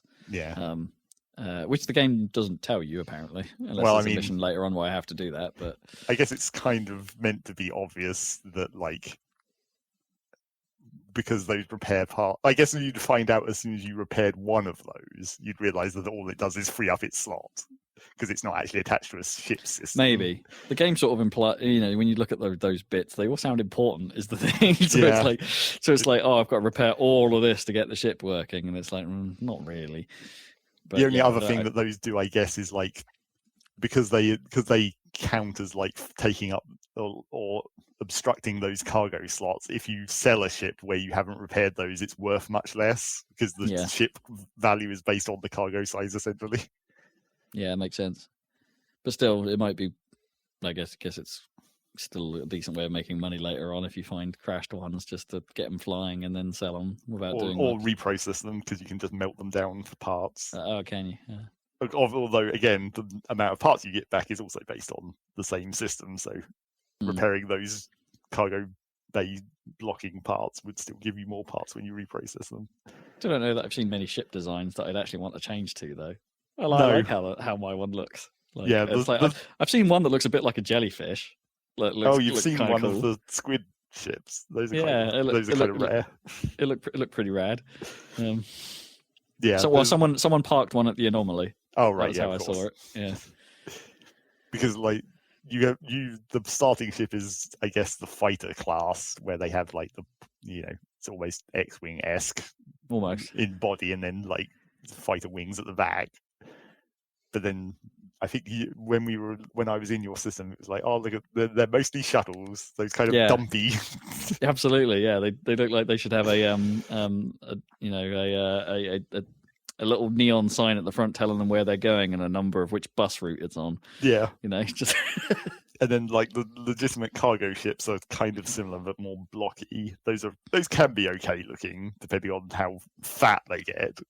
Because I've got one which just where like instead of wings it just has more cargo modules, so it's basically a giant cube with a cockpit on the front. And then the fourth class is, what is the fourth class? I don't even remember. Again, haven't been playing the game enough to remember everything. Saucer. No, because I've got a couple of the other type of rare ships, the ball ships, where they have like a central sphere that the wings spread off. Yeah, that's kind of cool. Weird. Those are kind of cool, but the trouble with the exotic ships, as they're called, is like they kind of intentionally don't have as good cargo bays. They're more about the stats, but then like the cargo bay is kind of what you want most of the time. Especially in the early game where you're wanting to haul shit around to make money and keep stuff in general before you have a freighter to store things in or more storage containers. Maybe there are certain missions that the exotics are good at. Is that what you mean? Or... Well, I think they generally have pretty good combat stats if you outfit them for combat. But then I prefer to just have like one ship that I just use for everything. So that's why I have a fighter as my base ship that I use for everything. That sure. It's then got enough cargo space for cargo, but also enough cargo space to fit all weapon upgrades in as well. Because obviously the weapon upgrades fit in those slots. So it's reasonably competent, rather than exceptional at one thing. I'm learning a lot of language. Yes, that's kind of important. I'm beginning to understand some Korvac sentences now. I can't believe how much I still screw up. It's like sometimes I'll see a full sentence with my translator modules that I also have equipped into my suit, but like I can still completely, sometimes it will just be like one or two words and somehow they'll be the most important words and I'll still completely bone up whatever puzzle it's trying to tell me to do. Well, I haven't got to the point where that's been a problem yet, where the language that people are speaking in the stations is actually important. It's just because everyone I talk to, it's just like request dialogue help. Well, sure, to learn the dialogue, but when you're out in like abandoned bases or whatever, and you access a console, and the puzzle is trying to tell you give you 3 options to pick from, and it's like you have to pick the right one. Oh, so those get language encoded, right? I haven't seen one that's not been just numbers so far. Yeah, those are for the observatory ones with the numbers are for like locating the crash ships or whatever, or other sites of interest. But then when you get to like a manufacturing facility and it's like this alarm is going off because there's something stuck down there, and then the screen will tell you a bunch of information that's in the language, and if you have enough words you can be like, okay, I think I probably have to purge this vent instead of adding more materials or whatever. Make everything explode button. Yeah. But I still screw those up all the time because even though I have so much language, it can still just be like one word that gets missed and it just completely doesn't let you interpret what it wants you to do correctly. Oh, that's funny. I quite like that. That's quite good. It gives you a reason to keep learning it, I guess. Yeah.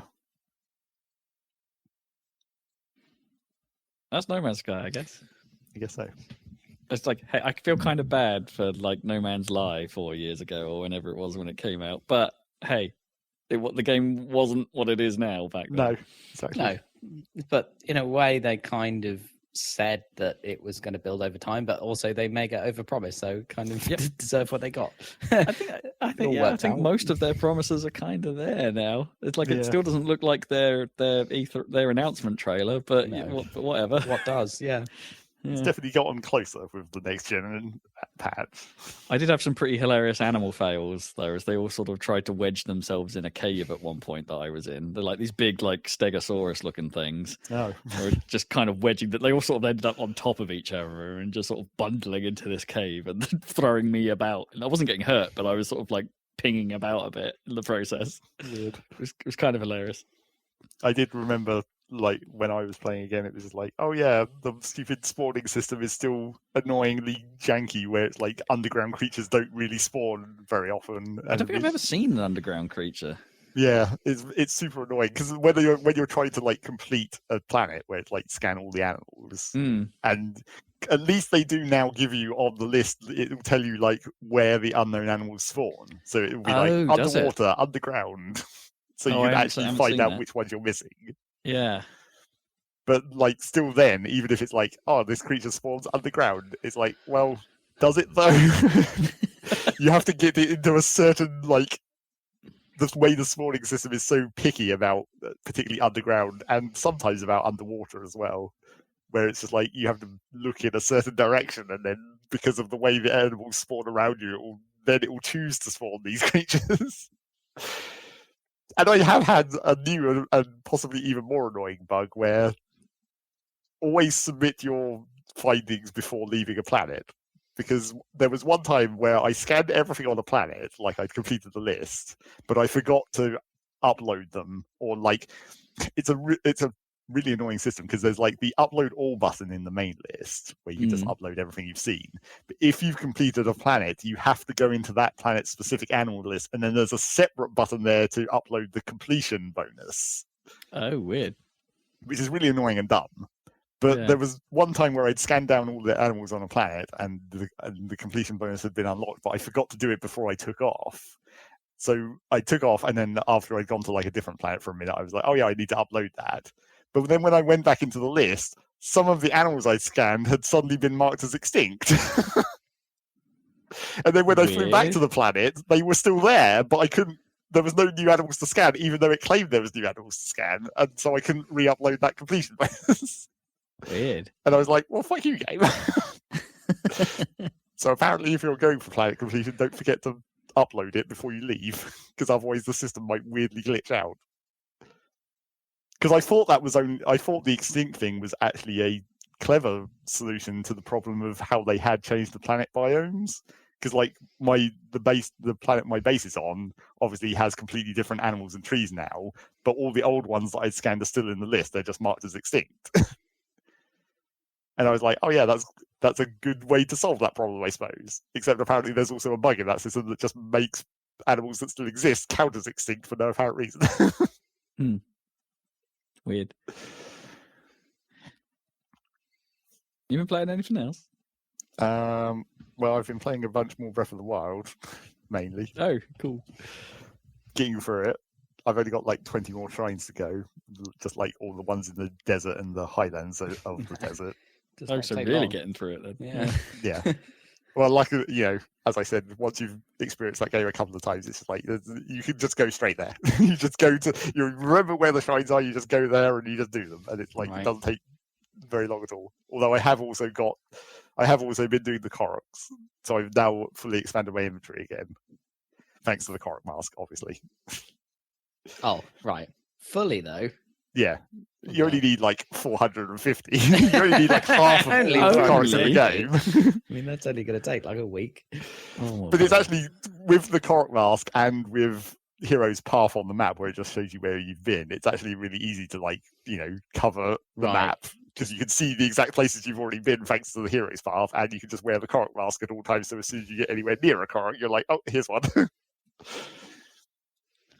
So that makes it much easier to just harvest those quite fast. But yeah, no, I've only just entered the desert, and then I just immediately went directly across the desert to get the last Great Fairy Fountain. And now I'm like, oh, yep, I can upgrade all my armor to full. So that shouldn't be a problem. And of course, I'm intending to do as much of the exploration as I possibly can before I do the Yiga clan hideout and have them start appearing all over the place. Because as we well know, super annoying. Yeah, do that last, I guess. I don't know if I was trying to remember if it's how many of the shrines in the desert it's possible to do, because you have to do the Yiga clan to do the desert divine beast, because you have to get the Thunder helmet back because they stole it. So you're going to have to do that to trigger the Yiga clan. But then when the divine beast is in the desert, it causes like an area of death around it or whatever, with the lightning storms and the sandstorms. So I don't know if you can necessarily get all of the shrines in the desert while that's still there. And there's one specifically that you can't do, the Sand Seal race. You can't do that until you've done the Divine Beast as well. Right, yeah. So Sand Seals. you're not totally going to be able to do everything before the Yiga clan. Which is, I just wish I wish in all this weird DLC armor that they've added with like the Majora's Mask and the Twilight Helmet and all this stuff. I wish just one of those is like, if you wear this, the Yiga clan won't come. Yeah, if you wear this, the Yiga clan won't come, and if you wear this, then you can climb in the rain. Yeah, exactly. That would have been nice. I don't know. I don't actually know what the bonus of Majora's Mask is, because it says some enemies it will be harder for some enemies to see you, and I'm like, which enemies? Maybe the Yiga clan. I'll have to look that up and find out what that actual bonus means, because that would be great. But it probably is just a generic stealth bonus. Probably. At least with the Yiga clan, you get a few bananas out of it. True, but I've been to the jungle, so I've got, right. I've got a shit ton of bananas at this point. And I did also when I was watching a video about Breath of the Wild as well, I learned something that I guess is probably actually obvious, and I just never really put two and two together, which is like when you're using the barbarian armor that gives you the power buff, the attack buff, that doesn't stack with food. Right. So there's no point in eating mighty banana food and wearing the barbarian armor. It's one or the other. That seems like a shame. Well, yeah, kind of. But then of course it does mean that you can have like, if you're wearing the barbarian armor, you can eat defensive food instead, or you can wear defensive armor and eat the might food and have the equivalent effect. Yeah. That's what I would typically do, I think. It was just kind of a shame that you can't double stack it and just be super powered. But then again, I've also reached the point where, because I'm in normal, of course, it's just like I've definitely gone past the flip where you suddenly become super powerful and you have more weapons than you could ever carry, and you're constantly just chucking things anymore. Yeah. You using the normal armor or like the hero's armor or whatever? Yeah. The champion's tunic. The one that lets you see health bars, because that's really helpful for seeing stealthed enemies as well. Yeah. So you don't accidentally run into hidden Lizalfos or whatever. And then obviously the Korok mask, because I have to wear that. Do you just wear that basically all the time? Yeah. Because I'm like, why not? So I'll just hear Koroks as I'm traveling around. You just look ridiculous all times. Yeah. And then the barbarian legs just for the attack bonus.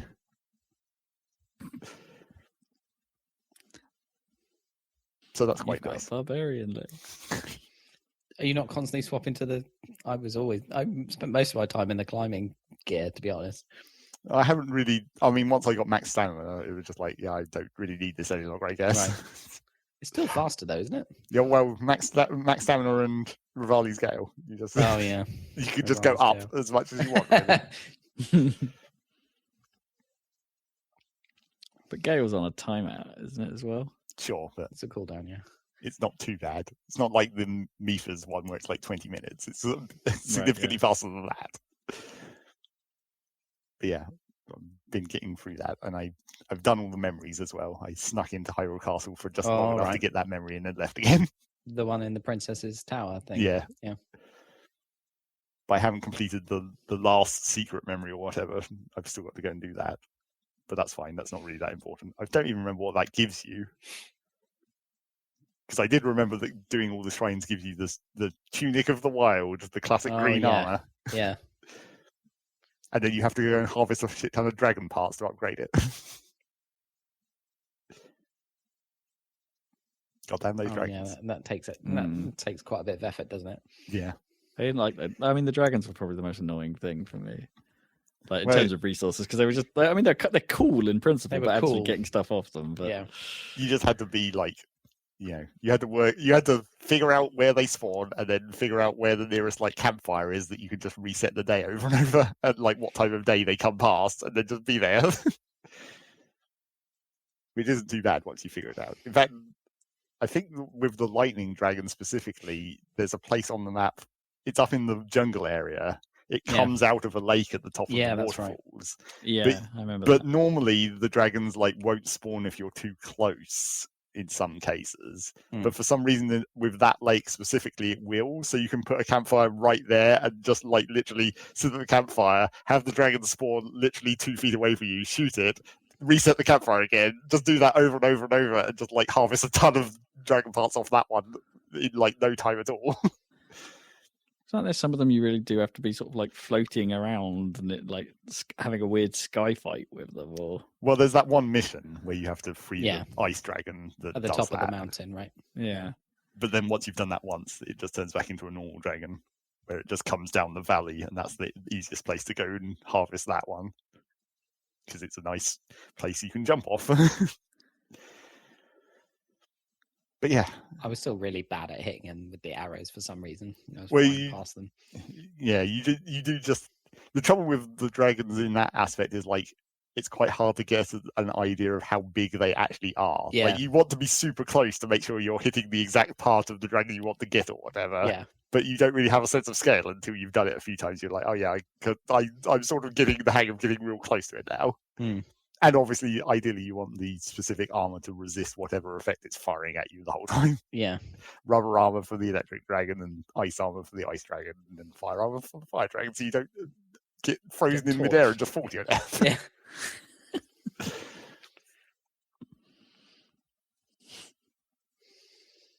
But yeah, Zelda. yeah, getting through. I mean, technically, I'm still not really that close to being done because I have to do all the DLC stuff as well. Another, however many shrines there are from that. Oh, right, like to get 4 to. per other divine beast. So that's like another 16 plus the extra 4 on the plateau, and then the final dungeon for the master cycle, and the sword trials when I eventually get to that too. So still plenty more to go, but Plenty to do. it's going pretty quick. Once you know what you're doing, and I'm getting better at the combat again, better at the dodges. I'm wondering if I could actually return to that game now. You know what I mean? Like, or if it's been so long that I probably do have to just start again, or like how easy it would be to just pick up wherever I Well, I left mean, it. it's not like you're going to Might as well forget start again. like the story or whatever, because there's not much. No, it's like that side of it. Don't really care. But also, it's not like you get more skills or anything. You just get better at using the skills you have. So theoretically, it's like probably not that difficult to come back to, really. No, I guess I could go to like poopy areas, right, and just like near the start of the game, and just be like, well, let's just go do all the things. You can I hang guess out I'm on not the going to get plateau. tutorialized much, but And there's still, even at this point, there's still like, well, it's mainly because I watched a few videos again about the game in general. I was like, oh, here's some new tricks I can try to make things slightly better. I'm also getting slightly better at remembering to use stasis in combat. Oh, I always forgot to use those powers in the combat. Because just freezing things for just a second, even if it immediately, because stasis doesn't last practically any time at all, like on enemies, but it's, just hold a Lionel in place for a second and then headshot it so it gets stunned and then jump on. Yeah. Also, apparently, this was another thing that comes from a video. Apparently, when you jump on a Lionel's back and stab it in the back like you do with that weird animation, apparently that doesn't use weapon durability. oh, Yeah, that's cool. handy. So you can always use your most powerful weapon and not have it immediately break if you want to go through the trouble of switching weapons all the time, of course. And I also relearned the old infinite backstabs technique. That classic weird glitch technique of like when you backstab an enemy and they go ragdoll, and then then after they've ragdolled, they do that jumping up animation where they jump up and turn around to see who backstabbed them. Right. But if you do the backstab and then immediately crouch again, because for some reason the sneak strike animation puts you out of crouch, which I always found stupid. But if you do the backstab animation and then crouch again and then just move round to what would be in front of them, because you're still in stealth, when they jump up, they turn around and then you just backstab them again. Oh, right. And So you can just chain keep that flipping forever if each you want. side of them. Oh, that's pretty funny. That's pretty stupid. And also hilarious. And very I love useful in master mode where enemies have so much goddamn health. Right. When you can backstab them once, you can just keep doing it over and over until they die. Chain backstabs. That's cool. And that's like a fun. I wouldn't want them to fix that. No, I mean, I kind of love it when there's like ways to mess with the systems like that aren't immediately super obvious, right? Yeah. Yeah. That's great. I mean, that's pretty much what that game is, right? It's just Yeah. a collection of systems that can or you can exploit in places, but that's absolutely fine because it's working within the rules. Yeah, and I've definitely I've been sort of intentionally trying to do that kind of stuff inside shrines, where it's just like, how can I do this shrine in a non-conventional way?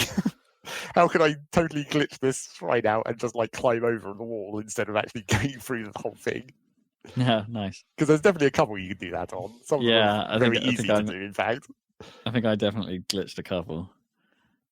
There was one shrine where I was trying to get to this chest that was on like a high pillar, and like I don't even remember how you were meant to do it in the end. I think I just hadn't like it was one of the ones with bombs. I think you had to like not blow up some of the blocks so you had a higher platform to jump from, but I accidentally blew them all up. But there is another way to get up there legitimately. But then I was trying to see if I could like use magnesis to throw a metal block into the air and then stasis it in midair on the way down and then jump onto that and use it as a midair platform. Because you can actually do that in theory, but it's real difficult to be like, you use the motion control to flick the magnesis up in the air and then go through the whole menu to switch the stasis and then get your cursor back over it as it's falling past you. It's like, it's not easy to do, but you can theoretically do it.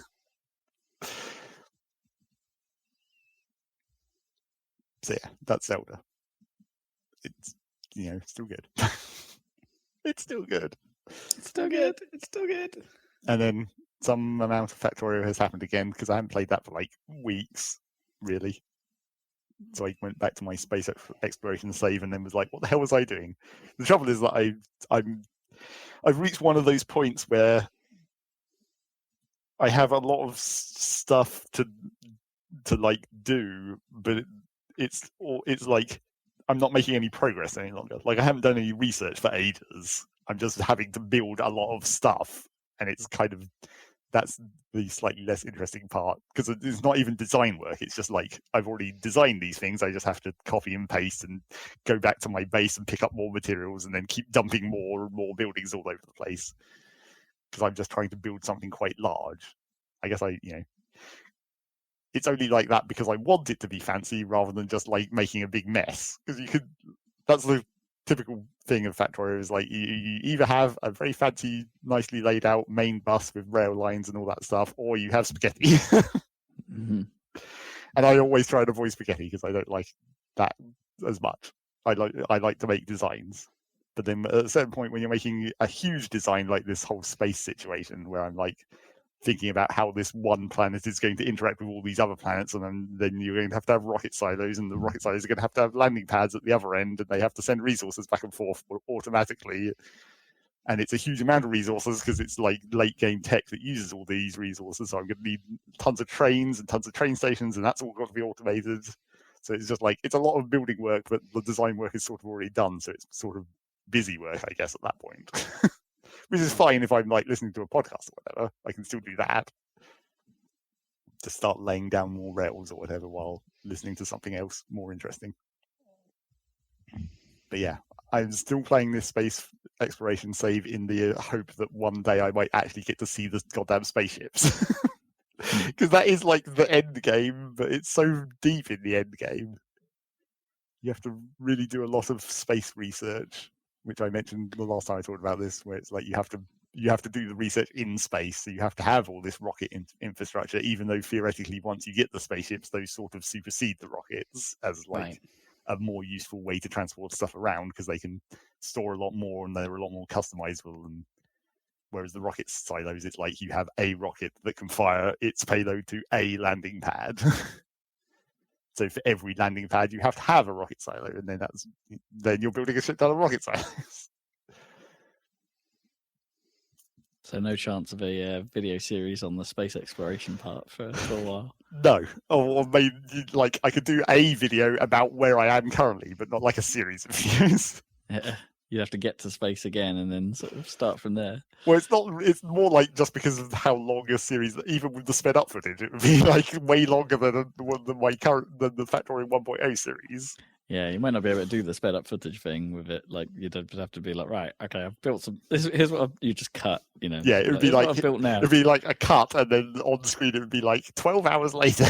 Here's where I am now. Something like that.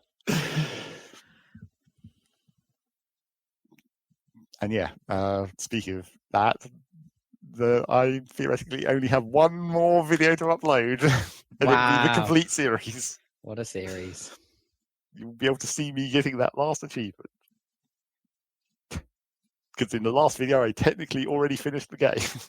I launched the rocket in the save, which is technically the end of the game, except it's not. Spoilers. It's not spoilers, the video's already up. It has already been up Spoilers for like a those that week. haven't- yeah, I know. Spoilers for those that haven't watched it. But yeah, the last video, I still haven't started editing it because it will probably take a little more effort because it's got the normal start, end, and sped up footage, but then there's also the extra bit at the end where I get the achievement and everything because that didn't Extra happen. end. Didn't happen during the time I was playing. I had to do like an extra session, so that is going to have a cut with a 6 hours later kind of thing or whatever. Hmm. But yeah, then that will be done. I won't have to worry about that anymore. Bonus won't have content. to worry about exporting videos overnight any longer for a while until I record some more stuff. Speaking of things that I might record, I almost forgot. I guess this is going way back to news. They finally put the Oxygen Not Included DLC into alpha. So like that is coming now. People in the alpha have started playing it, and videos have been going up on various YouTube channels about it, and which I've very specifically not been watching because I'm like, I want to see that fresh. But now I'm running into the problem of like, how do I know when to go into that? Because Oxygen Not Included, I did go in technically in early access, but quite late in early access, so it had like most of the features. But in the case of the DLC, it sounds like it's alpha, so it's quite early in its early access, so it probably doesn't have all the features. But then how do I know when it will have all its features? Right. It's like I'll have to not watch these YouTube videos, but look at like the thumbnails to try and figure out how complete it looks. Mm. And then I'm still waiting for Subnautica DLC to get finished. Apparently it has voice acting now, so they must be pretty close to done. What's that? The ice. Yeah, Icy the ice one. As much as It's that, called Subnautica Sub-Zero. yeah, Is it? Sub. I think so. But yeah, that's as much as that is not really a DLC. It's practically just another version of Subnautica, I guess, a sequel almost, except not really. We went to view a house yesterday, and there was the one. there were a few gamers in that house, as it turned out. And that was the one boxed copy of something I spotted was a boxed copy of Subnautica on Xbone. That's definitely weird. Yeah. Well, they've got good taste in houses. Well, and yeah, but why not games. just downloaded copy? I don't know. Yeah. Like, what a boxed copy is kind of for a game like that anyway. It's kind of interesting. Yeah, I mean that is good. That is the kind of thing I would have done, I guess, probably if I was playing it on a console, because I prefer to buy the physical copies of stuff. I've got nothing against it, but yeah, it's just not. I, for some reason, I just didn't expect Subnautica to have a boxed copy. You know? Yeah, it's those indie games that are surprising when they do, like Crypt of the Necrodancer on Switch, where it's like, why does that have a box copy? But then you can get that boxed copy of like the Zelda one as well, can't you? Yeah. Cadence. Yeah. The Cadence of Hyrule. I was always tempted to buy that thing's DLC as well, but I didn't. Maybe if I ever have like a significant amount of gold points on my Switch account again, I'll be like, I can expend these on that DLC, because that's basically what I did with the Zelda DLC. Spend those points on something before they expire. You need to announce some games though. It's not going to be this year. Yeah. No. Yeah. Still waiting on Breath of the Wild 2 and Metroid. That's pretty much it. Metroid. Secret F-Zero project. As always. It's always there, secretly. These are two games where we have no idea how long they're going to take, right? I guess. With Breath of the Wild 2 will probably be next year, right? Yeah, I sort of expect it to be at this point. Yeah. Metroid, I don't know what's going on. I mean, not after its restart. Not after its reboot, yeah. How long ago was that though? Like the start of this year, maybe. A bit longer than that, maybe now. I think year or two. Who knows? It's hard to Yeah. distinguish what the start of this year was like. Yeah, the What is before this year? times. Yeah. I did actually literally have that happen to me the other day where I was like, holy shit, Kobe Bryant died this year? Right. That was in January? What? Right.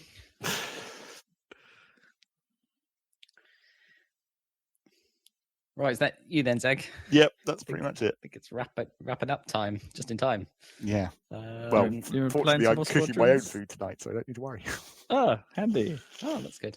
I have, but I haven't got anything to talk about it really. What are we doing video wise? Oh, I guess Obra Will be next week. Yeah, the last part of the Portal 2 co-op series went up yesterday because I've been a bit lax. Cool. But that's fine, because yeah, I've been filling space. Yeah, you have. Is that the end of the story for Portal 2? Yeah, well, the extra bit. Oh, There's an extra bit. The Portal 2 story finished in the last episode we did, but there's more. There's so a we bit carried on. where you go fishing with Big the cat. Yeah. Yeah. That's the Don't miss that part of Portal 2. absolutely not. I mean, what else is the Borealis for, if not? Anyway, yeah, so check that out on our YouTube channel. Also check out the video with the extra bit of Sonic Adventure with Big the Cat. That's also on there somewhere. It sure is. And check out the last of the extended series of Factorio videos. Once that gets uploaded. Once that gets uploaded, and there'll be some dinning. Yeah, the next Oberdin video might be a while because it's the one I've got to do some edits on. We've got to edit that one. And I lost some of it, which was irritating because DaVinci Resolve crashed at one point and hadn't saved some of the edits. Oh, So it's okay. Well, so I'll have to do. It's not too bad an edit. It's just it requires more work than I normally do. So hey, I've got to find time. Yeah. Find time from not playing games, and I really wanted to finish Doom. Well, Doom is done. That makes sense. And this is done a podcast. I've done a podcast. We did a podcast, and we'll be done doing another one in a couple of weeks. Not quite in a year yet, but here it comes. And then it'll be game of the year. So we'll catch you for that. Bye.